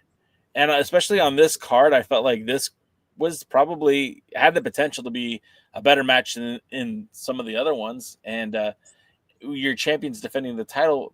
I feel like that should carry some gravitas to make it in the main event. But, evidently the NWA doesn't feel the same way, because we get Carson Drake in the opening match versus Alex Misery. Now, Alex Misery was also in the opening match last week, where he was taking on Gags the Gimp in a single. It was supposed to be just a regular tag team match with Joe Ocasio doing the special refereeing. That match kind of went by the wayside, and at the end of the match, Gags and Misery attacked Ocasio with the Singapore Canes. Now, the interesting thing, well, I mean, there's some convoluted bullshit behind it, but again, that's convoluted bullshit, a hallmark of the NWA. What I didn't, Danny Diaz, put that on a shirt. What was interesting to me about this match was, just last week, Misery kind of started a stable in some regards by aligning with Gags the Gimp. And we know that Lev, who wasn't at these tapings, he's also part of this new triad of the three. But there was no sign of Gags in this match. And you would think, like, if he is a true affiliate, a true partner of Misery, that maybe he would have made himself seen in this match and maybe have helped, Misery win the title now that they are aligned. But that wasn't the case. The slime balls were there, but they were, carted off into one section, and I think they called it the slime balls pit or something like that, the slime pit. Regardless, this match, as DK would say, in a vacuum, I don't think was all that bad. Might have been the best that Misery's looked in a while.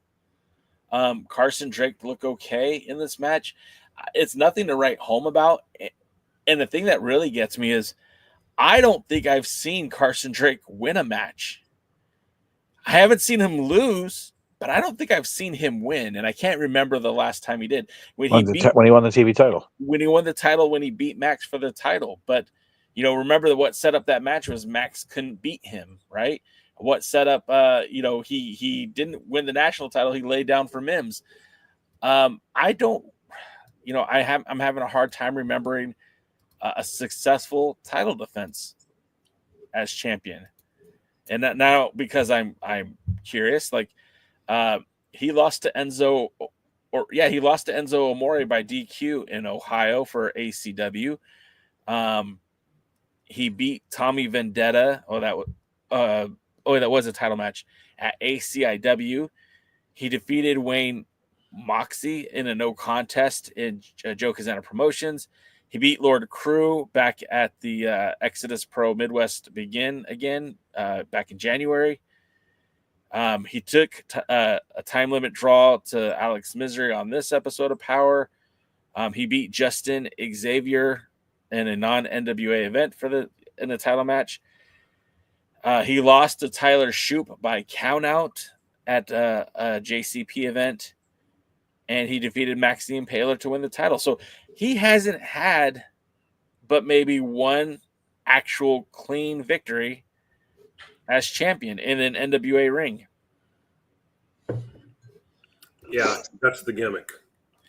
And now You know, it worked with the Honky Tonk Man, but the difference is the Honky Tonk Man had talent and charisma and a good gimmick and he was and a the good greatest, dance and a great singing voice. and the greatest Intercontinental Champion of all time. He was until Gunther. Yeah. Man, could that man dance? Yeah, I didn't know Gunther could dance. Oh yeah, Gunther's awesome. Yeah. Woo! So anyway, Double D is a big slime ball fan. Double D and Willie and everybody else. Why is the slime balls? What is good about them? Because I'm trying. I don't hate them. That's just it. I don't actually hate them. I hated them when that stupid segment I saw with Latimer. You saw that? Yes, because thank you to Marky D. That's how I get all my NWA Power news. Is Marky D and the guy from Reddit. Oh crap, what's his name? I don't know, but Willie isn't a slime balls fan. He was actually saying earlier that the NWA is stupid for the slime balls, Tyrus's World Heavyweight Championship reign, and Rolando Freeman. And I don't think I disagree with any of those. I can't argue any of that, can I? I'm like, Willie, we're on the same page with all of that. I don't. Well, I mean, honestly, every time I read Discord, I question humanity. Well, yeah, that is exactly what Discord is for. Yeah, but like looking at this match, I will say this is. I'm not a fan of either one, but I tend to dislike Carson Drake, whereas I just don't care about Alex Misery. So with that being said, I'm kind of with Jay. This is probably the best I've seen either one of them look actually in a match. Carson Drake's gimmick, and as soon as I saw the 605 flash up, at the beginning, I go, oh, this is going to be a draw because Carson Drake's gimmick is you can't beat me. Not I will beat you, or, I'm a winner or whatever. And so it's, you can't beat me. And that's, that's his gimmick. And it's stupid, but it is what it is. Sure. Actually, I don't know that it would be a bad gimmick if maybe done better and put in with a different person. I'm kind of like you, Jay. I don't understand people's appeals to Carson Drake. I don't understand people's appeal really with Alex Misery. Somebody was like, oh, he's destined to be in the big time or whatever. And I'm just like thinking, as enhancement talent, what are you talking about? See, I don't mind. I can find something in Misery. I think it's presentation and how he's being used. I think I could do something with him. I don't think he's going to be the next WWE champion, but I think he could be a solid low card, mid carder if need be, if pushed right and some changes are made. Well, I'll say this about the kid. If you use him, he would be an asset because he would absolutely do anything you ask because Misery loves company. Yes. And then, by the way, the guy from Reddit's JRC_legacy. Give him a shout out too. Shout out. JRC Legacy. JRC_legacy. He's the one that does the only thing that's really worth talking about in Power, and that's the wrestling. And even then, that's kind of, yeah. Yeah. So, but anyway, just back to my general thoughts. Yeah, I mean, for two guys who I don't see achieving much more than this, I thought it was an okay match. I think I graded it a C or something like that. So, I will say this. It was a good television title match. This is kind of what I would think of as the television title. Yeah. Hey, look, and I'll be honest, you've heard me say it 100 times. I liked Carson Drake better when he was Jordan Clearwater, but this wasn't the worst match that I've seen of Carson Drake. I don't get it. And I get that maybe I'm aging out of the dynamic of that is the NWA. Maybe I'm a little too old for it. But I don't understand Carson Drake. And the slime balls, I could see where they're fun because they're kind of, odd and weird and it's kind of like, in some regards, they kind of remind me a little bit of Mosh and Thrash back in the old WWE, like late 90s, early 2000s. They're kind of like, smaller versions of the Nasty Boys. I could see some of the appeal of that. I just don't see anything with Carson Drake. I don't. And I wish I did. Look, I watch the show because I want to be entertained. And what the hell's wrong with you? He's just disappointed a lot. That's all. Yeah, no, I mean, look, there's many things about the NWA I enjoy. Carson Drake, Slimeballs. I'm not the biggest fans. I like AJ Kazana. I wish AJ Kazana was our TV champion. I think Thrillbilly Silas Mason, it's a shame that guy doesn't have a gold title belt around his waist in the NWA in this 2025. I don't get it. All of these things are problematic to me, but at the end of the day, it is what it is. I'm not booking the show. I can go to sleep at night realizing that I'm critiquing somebody else's art. I would not have made my art like this, but that's somebody else's idea. I think the next segment, and DK, correct me if I'm wrong, I believe that was the Kenzie Page and Hunter with Tommy Henry, and this was another backstage segment, back home segment, whatever you want to call it. Kenzie lays it out all on the line, saying that she's the one that paid for this house, that paid for this swimming pool. And I kind of dug it. When Kenzie won the title, that first power afterwards, like they showed her getting off the touring bus, they made her appear to be like a megastar. And this kind of falls into that, and the trials and tribulations of her being the champion. And she never even wanted the tag title. She was just stepping up for her sister who was unable to compete. I kind of liked it. I thought this was a good segment in that regard. And then they kind of tanked it when Hunter starts saying how he can beat Markova and he can beat Kenzie. And I get it. Like, I'm not a big intergender wrestling fan, and I know that's what they're building towards. We know that match is going to be taking place in a few weeks. Let me see. I have the graphic for it. I want to use it because, they're building towards Markova versus Hunter. But that'll probably happen next week. I felt like that was at least a decent way to build up towards that match. I don't think Hunter is very good in the ring. I don't think Hunter is very good on the mic. I don't think Hunter is very good in backstage skits and segments. But hey, that's not how I would create art. But evidently, that's how the NWA would. Yeah, I actually hope more for the Muse to create art out of what's going on with Hunter. There is a spoiler for you guys. Say that again, but slower. I would hope that Muse creates some art with Hunter. Muse? Yes, apparently you're not caught up on Daredevil. No. I didn't see the last two episodes. They had back-to-back episodes last night, right? 2 nights ago, yeah. 2 nights ago, yeah. I'm still on episode. I just finished 4. So I recommend getting into especially the last of the two. The first one was a bottle episode, but the second one was definitely really pushed forward. It was, I think, the best thing in Daredevil. As you can tell, I'm really trying not to talk about the NWA. Well, I don't blame you for that. Unfortunately, I actually watched this crap. I got smart. I watched highlights from Mikey D and from JRC. And that's more than I've done for most of the this isn't Jedi.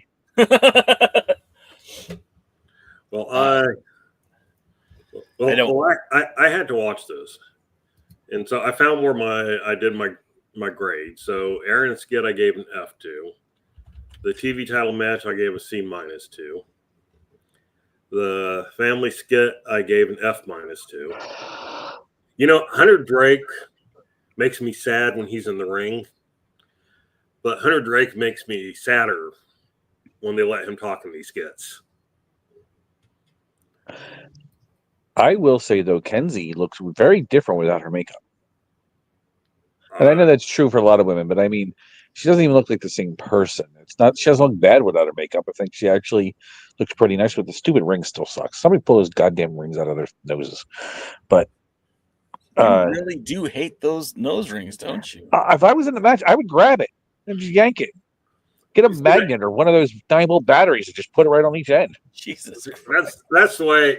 That's why I am when it comes to wrestling and certain stuff. It's just like, of course, you know how I feel about like head bandanas and headbands, stuff like that. It's like if I ever had a wrestler that refused to not,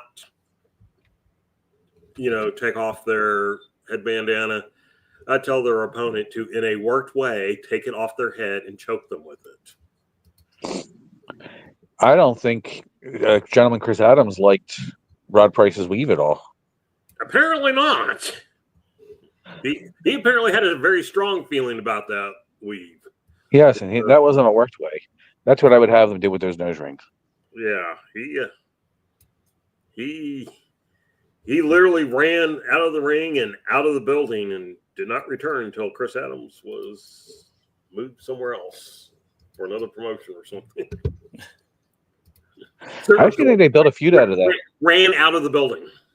Didn't they end up building a feud out of that, though? Probably. Well, they were in a feud and that happened.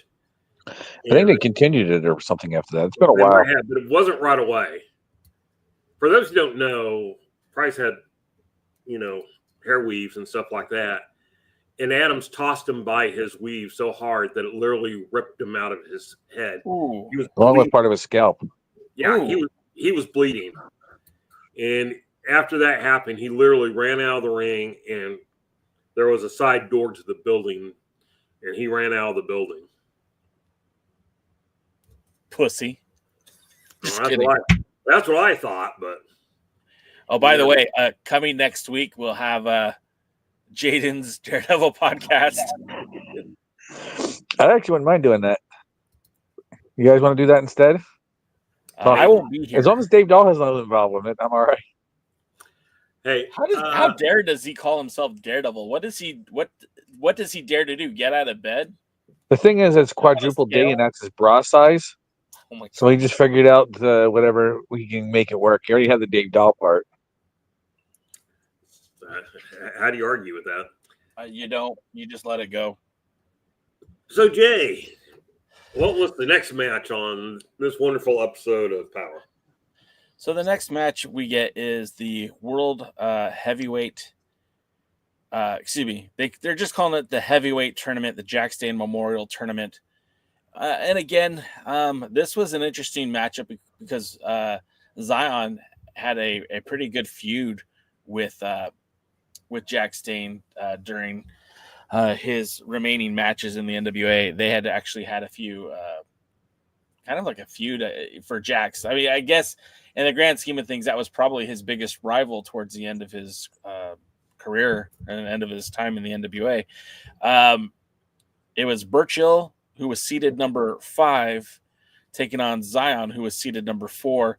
And as previously discussed on this podcast, and anyone that I've been associated with, neither one of these guys have a very good track record in the NWA. The wins and losses certainly didn't matter, and not even for the seeding purposes, which was very off-putting to me, because again, we are suspending reality here. We know that this is a worked sport. We know this is an entertainment. Some people say wrestling is art. Some people say it's a sport, but we know that the results are predetermined. Nobody is doubting that. What? Nobody's doubting that in 2025. However, if you're going to put a match like this that has some significance, it's supposed to be important. There are guys on the roster who have better wins and loss records that, I don't know, maybe they should be in the tournament, because Zyon has been a jobber to the stars. You might as well put Magic Jake Dumas in this match. Oh, please don't. And Burchill hasn't really beaten anybody of any surprised they didn't. Yeah, I am too. Burchill hasn't really beaten anyone of any substance either. So the most embarrassing thing is that Colby Carino had to have a play-in match to get into this tournament. And these two losers, and I mean that with the most affectionate way possible, are ranked 4th and 5th in the tournament. Now, Did the Do the same people give points to whose line is it anyway? Decide the seedings of the tournament. This is what I think happened. I think they put Thoroughbilly in as one because people would have rioted if there had been anything else.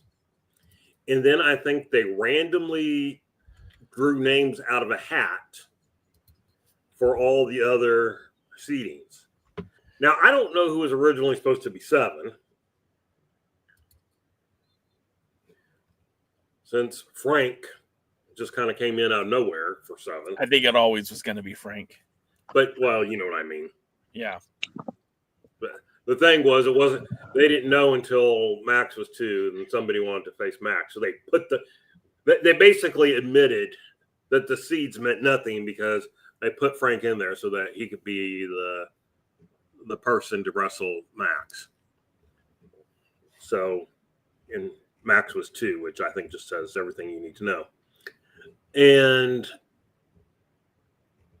yeah, I think they just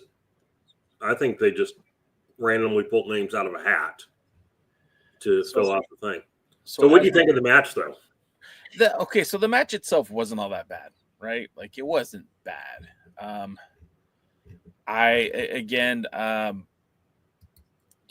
look at Burchill, and Billy was really trying to wax poetic on this guy and saying that, he's got that, World of Sport style of wrestling. I haven't seen much from Burchill in the NWA to believe that he has a World of Sport background. They kept trying to put him over as this great mat technician. Again, that's not something I've seen in this modern NWA to make me feel that way or think that way. Maybe some of his matches in the WWE when he was a pirate were good, but I haven't really seen anything to make me feel this way about him in this NWA, in this version of the NWA today. Likewise, they kept talking about Zyon has this move that could end a man's career. And I was like, okay, Zyon has been used in a very weird way. Like, they put him in matches with Thom Latimer when he was a national champion. They put him in matches with Jack Stane. And I just feel like maybe he is supposed to be the jobber to the stars. Maybe he is the guy that's supposed to lose to make other people look good. This match was decent.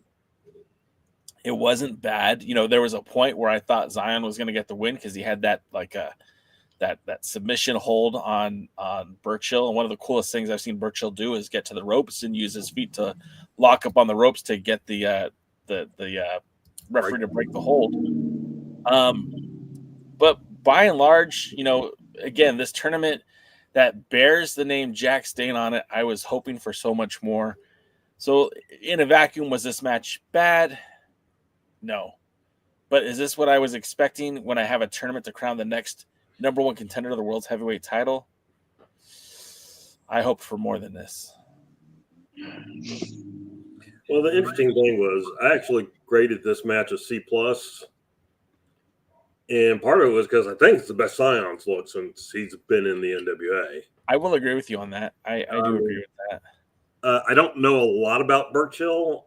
I thought he looked fine in this match. I've been unimpressed with Zyon up until this match, and I wouldn't say I was impressed with him, but I thought and I know who's under the mask, but I thought this is the first time that he looks like he should be in the ring. And, at a higher level than, in a thing. It's a shame that he's been used so poorly. Yeah. And wrestled. He hasn't been that good in the ring. And I don't know if it's the gimmick or if it's the mask or what, but I did think that this was it.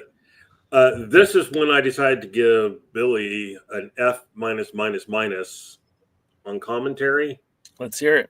Because I don't know if you caught this, but they were trying to figure out who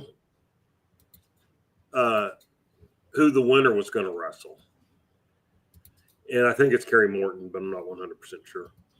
But so one of the guys, either Danny or Galley, looked at something and said, Yes, he's wrestling Kerry Morton and things like that. And then like a little bit later, Billy's like, he goes, well, I'm going to look at this or whatever. Yeah. Yes. He will be wrestling, Kerry Morton or whatever. And Danny, you can almost hear Danny Deals go like, I just said that.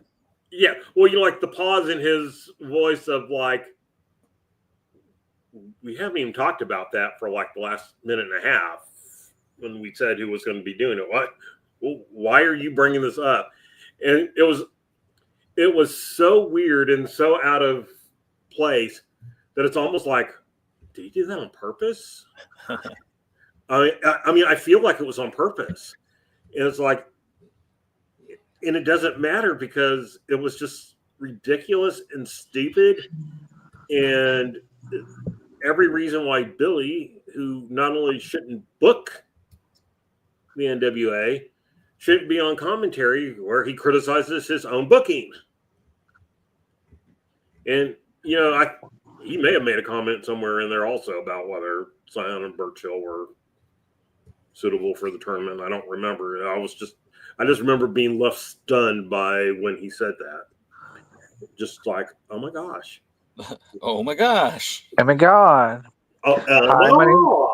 Hi, my name is Billy. My favorite color is clear. Exactly. What? My other favorite color is glitter. Oh my God. Now you sound like my wife. Glitter, glitter, glitter. I hate bass players. I hate tag teams.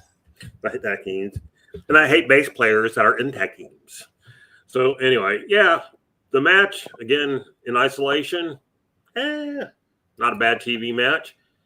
Now here's the other thing. If you think of it like this is what used to be a pay-per-view, this would have sucked for a pay-per-view match. Oh, man. If I had to pay for this, I'd be pissed. But for a TV match, yeah, it was fine. It was fine.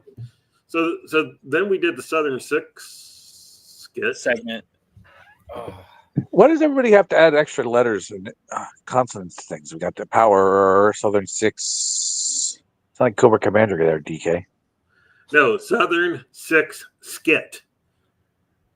Say that 3 times fast. I can't help that Southern and Six in skit. Say that 3 times real fast. I'll go with spit. Billy Corgan hates you, Willie. We don't hate you, but Billy. Yes. We love you and your Irish jokes. So yeah, the segment. Now I want to go fishing. Back at the bar, which the first 2 segments we had Thrillbilly there. Thrillbilly was there with Alex Taylor. Thrillbilly was there with Kerry and Alex. Now Thrillbilly's not there, and Ricky and Kerry and Alex. Ricky was in the first one. Yeah, I forgot. Well, I don't consider him part of the 6, but yes. So this whole thing was, they had the dry erase board. They're adding up scores. They're counting pinfalls, and Kerry thinks he's got it in the bag. He thinks he's too hot, which is kind of funny because that's Alex Taylor's like too hot Alex Taylor or something like that. It was just kind of, again, not very good. I know what they were going for. They just missed the mark. And, there was the warning from Ricky to Kerry, like, hey, you got to watch this kid. Like, you can't just pencil yourself in to be the head of the tournament. You don't know what's going to happen. And Kerry was not listening to his father. And sounds just like a kid. Yeah, I mean, I'm sure Colby didn't listen to everything Steve said. But it was, again, I get what they were trying to do. And so I give them points for trying something different. I just feel like, was this really the best take? Like maybe all right, let's try it again with a different vibe. Like, maybe Kerry, you be a little bit more hostile, right? And maybe Ricky's a little bit more sad that you're not listening to him. I don't know. They could have done something here. I just didn't think it was a good segment. And I don't know why they're wasting TV time with this. Well, now what I want to know is, are they watching Power at the bar that they're sitting at? Is the bar part of the same building? that the shows are going on, because the skit, which came right after the match, they're talking about the match that just happened. Yeah. And so, and there's still another match to go. And so they're making it talk like all this stuff is supposed to be real time happening. And I'm just like, okay, that makes it even more. I gave the skit a D-. The reason I didn't flunk it is because kind of like their last thing, it's like I understand the concept and I think it could have been done well. Like Aaron Stevens and the Henry family or whatever their names are. Those are so bad, I don't even understand what they're trying. But this one, I can like understand what they're trying, but it's just so poorly executed. And so, 2 weeks ago, Ricky was talking about Kerry and how Kerry, was going to run to the top or whatever. And, Thrillbilly better be careful or all that. And Thrillbilly was shucking all that off. And so, and then this one, Ricky's telling Kerry, you got to be careful. You don't get ahead of yourself, blah, blah, Liz. And it's like, okay, that's the same thing you were saying 2 weeks ago, but sure. And meanwhile, Alex Taylor, still the guru of love. Because he was the only one to bring up the fact that they could face each other. Yeah. And it wouldn't matter or whatever and stuff like that. And Ricky and Kerry are like not listening because Kerry's just like, I'm winning this thing. It don't matter who I have to beat to do it or whatever. It's like, okay. It wasn't a good segment. And what makes it worse for me, again, this whole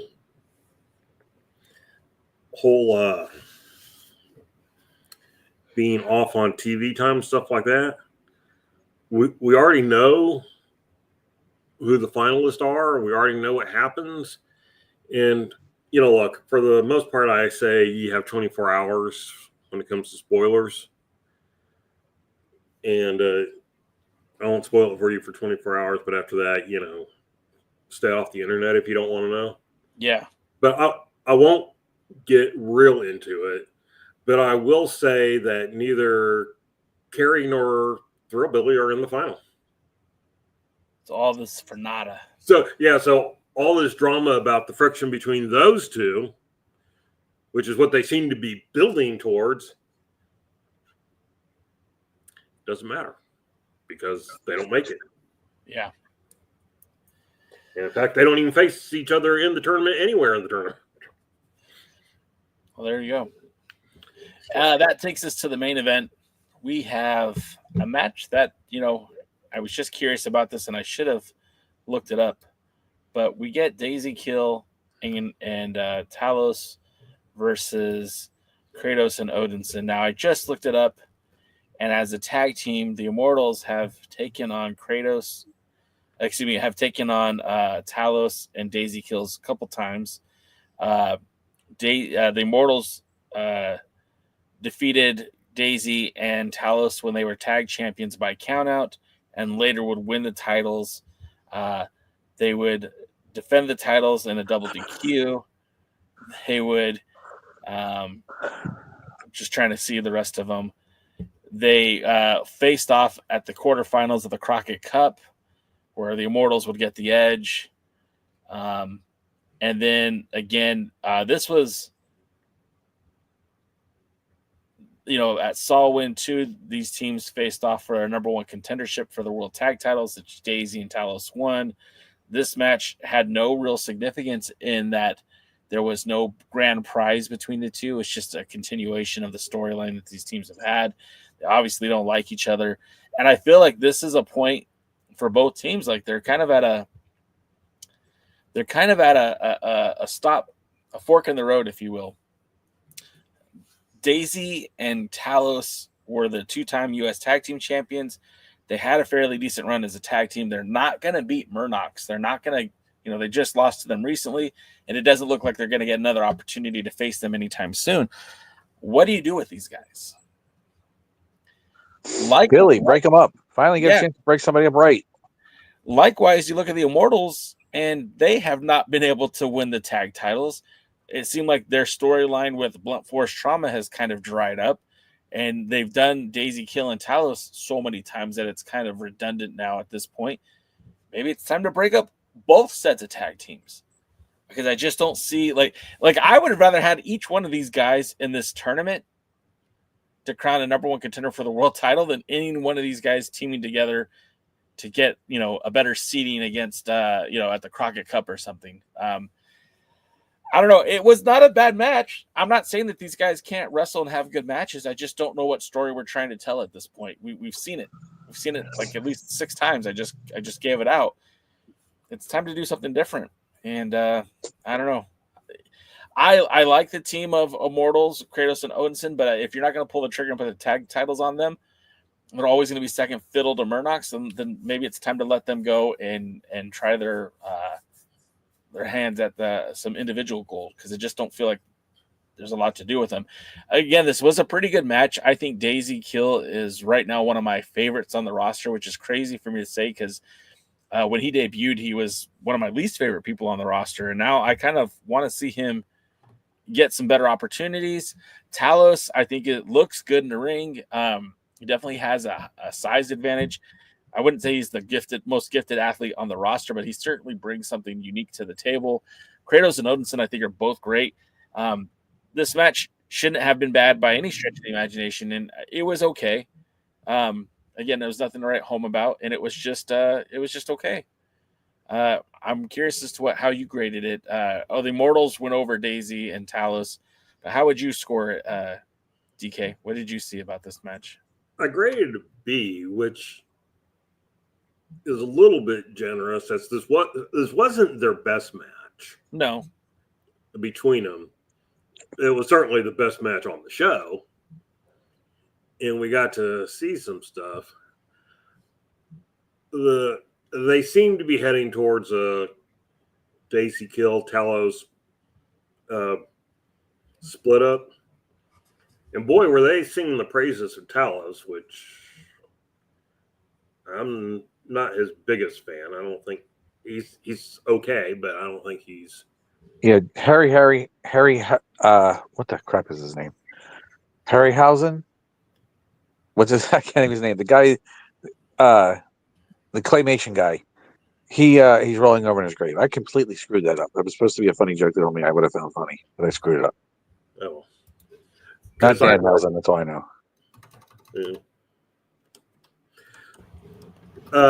Yeah. So I mean, it was a good tag team match, but it was also kind of a meaningless tag team match because you don't really see any future for either team.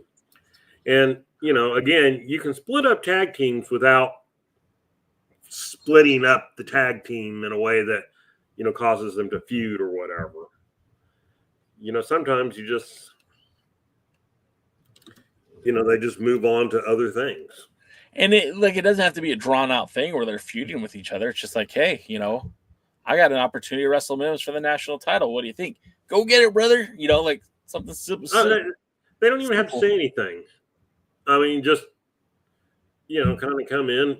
All the announcers have to do is say, they've decided to focus on their singles careers. Yeah. That's fair. That's all you need. So, not a bad match at all, but kind of a meaningless match. I have a couple of statements real quick. Have the Immortalz faced Murnoch's for the tag team titles? I don't think they have. I might be wrong. I mean, you guys know better than I would. I don't think they have. They faced Blunt Force Trauma, but then when Murnoch's won titles, I think they did did they go after the U.S. tag for a while or something? But then, well, there's your next challengers then. Also, yeah. I mean, I guess considering who the current U.S. tag team champions are, they can go back after the U.S. tag team titles. Yeah, they could do that too. But I think they might be a good shot against Murnoch's. Murnoch's, if they're going to beat all the tag teams, there's one they haven't beat yet. Well, also, for some reason, the argument that winning this match would set them up for a title shot. Every win should set you up for a title shot, at least get you, further along. That's the way losses should matter. But for some reason, Kratos reminds me of Tiger Man from Buck Rogers. Ray Harryhausen, there you go. Could not think of that. Come on, I call him Danhausen. Never heard of him. I curse you. You do every time we have to listen to power results. At least Billy does. Well, wasn't there a final skit on the show? Yeah, that takes us to the final closing moments where they show a very unimpressive vehicle pulling into the parking lot, and the world's heavyweight champion gets out of the back seat of the car, which means somebody drove him there. In that. It was like, man, somebody get a Corvette or at least a nice town car. I think he was like in a Fiat. Do they still make Fiats? I think he was in a Fiat, maybe a Volkswagen Jetta. And not that there's anything wrong with those cars, but if you're going to showcase a vehicle and the champ getting out of it, like maybe it should have been a limo. I don't know. He is the world's heavyweight champion after all. The slime balls come in very tepid and fearful of Thom Latimer and that they have a message. And basically it sounds like Carson Drake is trying to offer his services to Thom Latimer based on the interaction he had with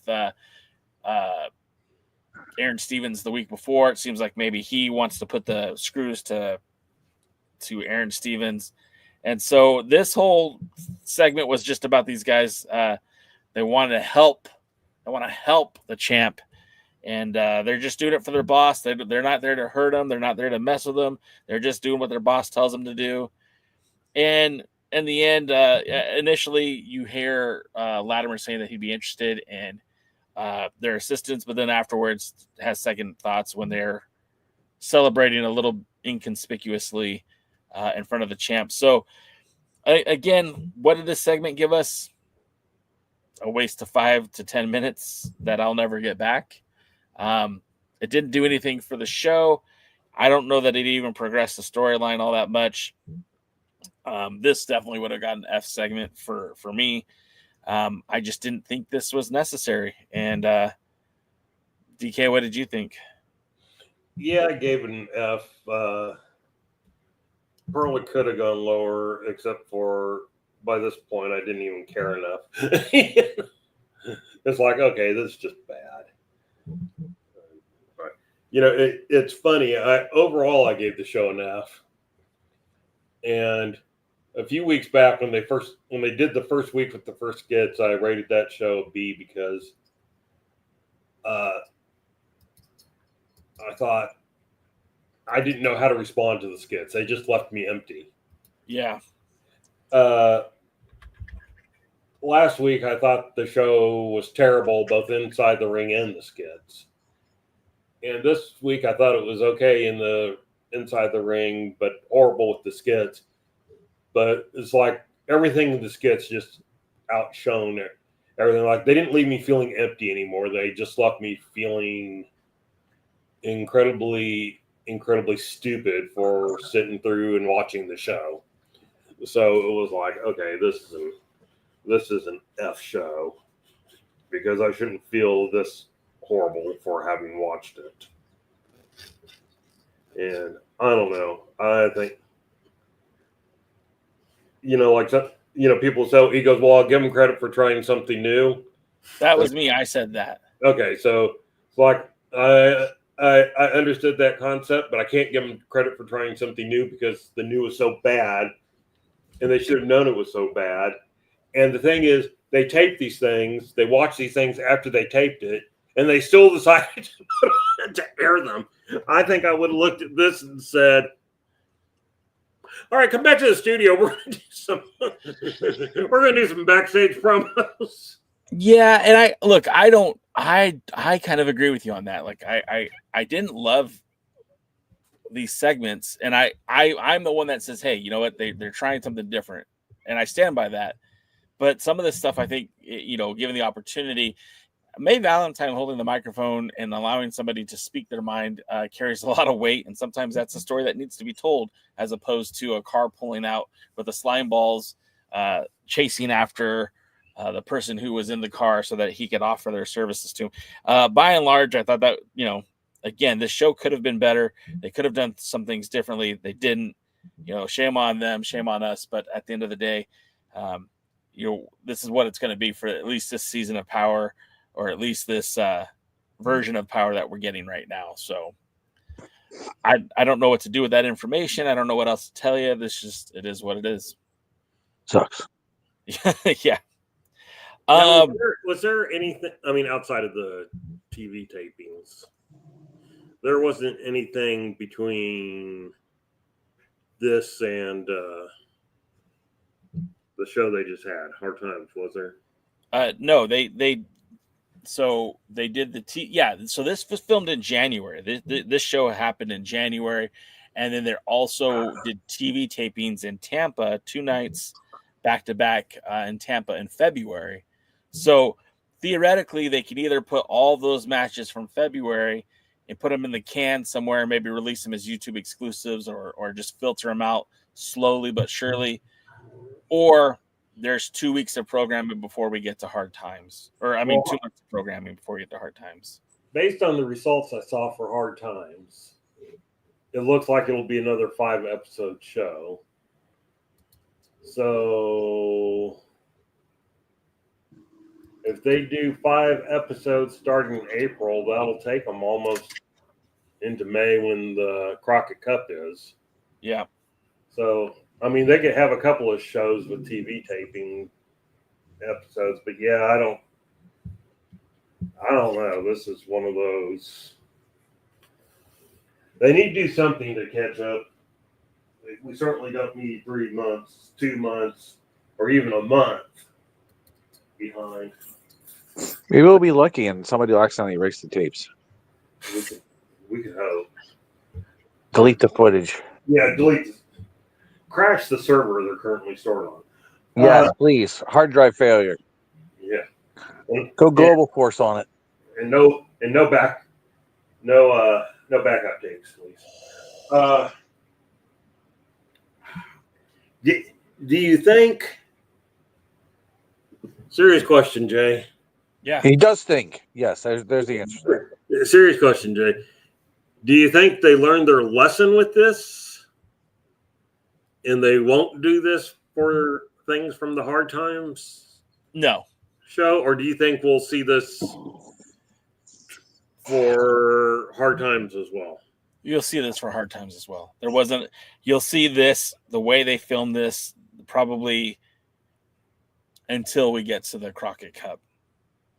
I'm sure that they filmed it this way when they were in Tampa for the TV tapings. I'm sure they filmed it this way for Hard Times. I don't think you're giving the NWA way too much credit if you think they could pivot that quickly and be like, oh, yeah, this was a bad idea. I think they doubled down on stuff until they realized it didn't work. And you'll see that, after this shockwave is over, when they get back to Tampa, I'm sure the similar segments will still be filmed the way they are, because this is this was the signature live event. There is a chance that maybe we'll get more of the TV studio feel when they're back in the TV studio, but I don't know. I think, again, that's giving them way too much credit. I don't know. What I really wonder, and we'll never know, but what I really wonder is, did anybody... I'm going to hold Billy for this. As you should, by the way. Yeah, buck stops there. So I'm going to say this was either Billy's idea or he was happy with what he saw. But I can't imagine anybody else watching these skits and thinking to themselves, this is great. Can't wait for the fans to see this. Well, pot is legal. Well, in some places, yes. I don't know if it is in Dothan, Alabama. I don't think it matters if it is in Dothan, Alabama. But I got to be honest, I don't think pot's going to help you with this. Picked the wrong day to stop sniffing glue. yeah, and this is more what it was like. I think whoever did this was sniffing glue. I wish I was sniffing glue. I thought I had after I watched this. Especially the Aaron Stevens stuff. Yeah. All right. Well, let's not wrap up, Jay. I'm trying to. Let's not keep beating a dead horse. This wasn't a great program. Hope springs eternal. Today is opening day in baseball, and I'm hoping that this season will be great for my Angels, but it's not off to a good start. But that doesn't mean I give up today. It means I'll give up in October, which maybe I'll give up on the NWA in October. I don't know. I'm really hoping that Crockett Cup really will cleanse the palate and they start moving forward in a positive direction. All that being said, I've already given up on the Rangers. I want to shout out to my guys, the other Alliance guys, Jeremy, Timmy, Scoob. They finally got to episode 100. And so this Sunday you can keep it 100 with the other Alliance guys, as they'll be going live Sunday, I believe 3:30 on the West Coast. I believe it's 6:30 Eastern. I'm not entirely sure on those times, but stay tuned. Conan Mesu. What's that? Conan Mesu. Yeah, well, what are you going to do? Anyway, join them, as I believe they'll be doing a further deep dive on the 7 levels of hate. I think they might even be talking about a little of the United Wrestling Network, as that's set to debut this weekend on the Memphis channel. And then, some fantasy booking with Dave Scooby. And they'll probably be looking at some of the territories, too, if they have time. So this will be a good episode. If you've never checked out the other Alliance guys before, this Sunday will be a good time to check them. Also, this will be the final episode of the pre-party this Tuesday. Final episode of the pre-party this Tuesday on April 1st. So make sure you tune in for what could be my crowning achievement as a podcast broadcaster, as we say goodbye to the pre-party in glorious fashion. And then we'll be back on Thursday, but I won't be here. It won't be J-Cal, Jaden, and DKM. It'll be Rick Del Santo, Jaden, and DKM joining you here on the Alliance Guys podcast, as I will be out of the country. Bring me a flag. If I find one, I will. I'm going to be in 3 different countries while I'm there, so I'll see what I can come up with. Bring me a Wales flag. Yeah. Wales flag. I'm not going to Wales. Well, now you got to go. Give me a flag. Go anyway. I don't have time. You've met my wife. Both of you have met my wife. What makes you think I have time to do anything but what's on the schedule already? Schedules. Who needs a schedule? Just don't sleep. Oh, okay. Got it. Sleep when you get back. Or go out for milk. Yeah. By the way, I'm going to go to a Rev Pro show while I'm out there. I'm excited about that. Intentionally, or are you being punished? Well, that's rude. And we're going to have lunch with Fiona while we're out there. So how about that? V545. Intentionally, or is she being punished? She sounds like she's looking forward to it, so I don't think she feels like she's being punished. Yeah, wait till you eat some beans on toast. I'm looking forward to it. Are you kidding? Haggis. I'll try it. If I find a place that serves haggis, I will have it. I'm gonna go to a football game. What do they call it? Wrexham? Damn near killed him. Oh my God.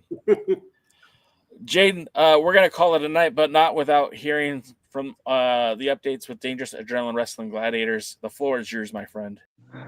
Dog's got a lot of stuff going on. Follow dogprowrestling.com to find out what it is, or you can check it out on YouTube. Make sure you watch all the videos.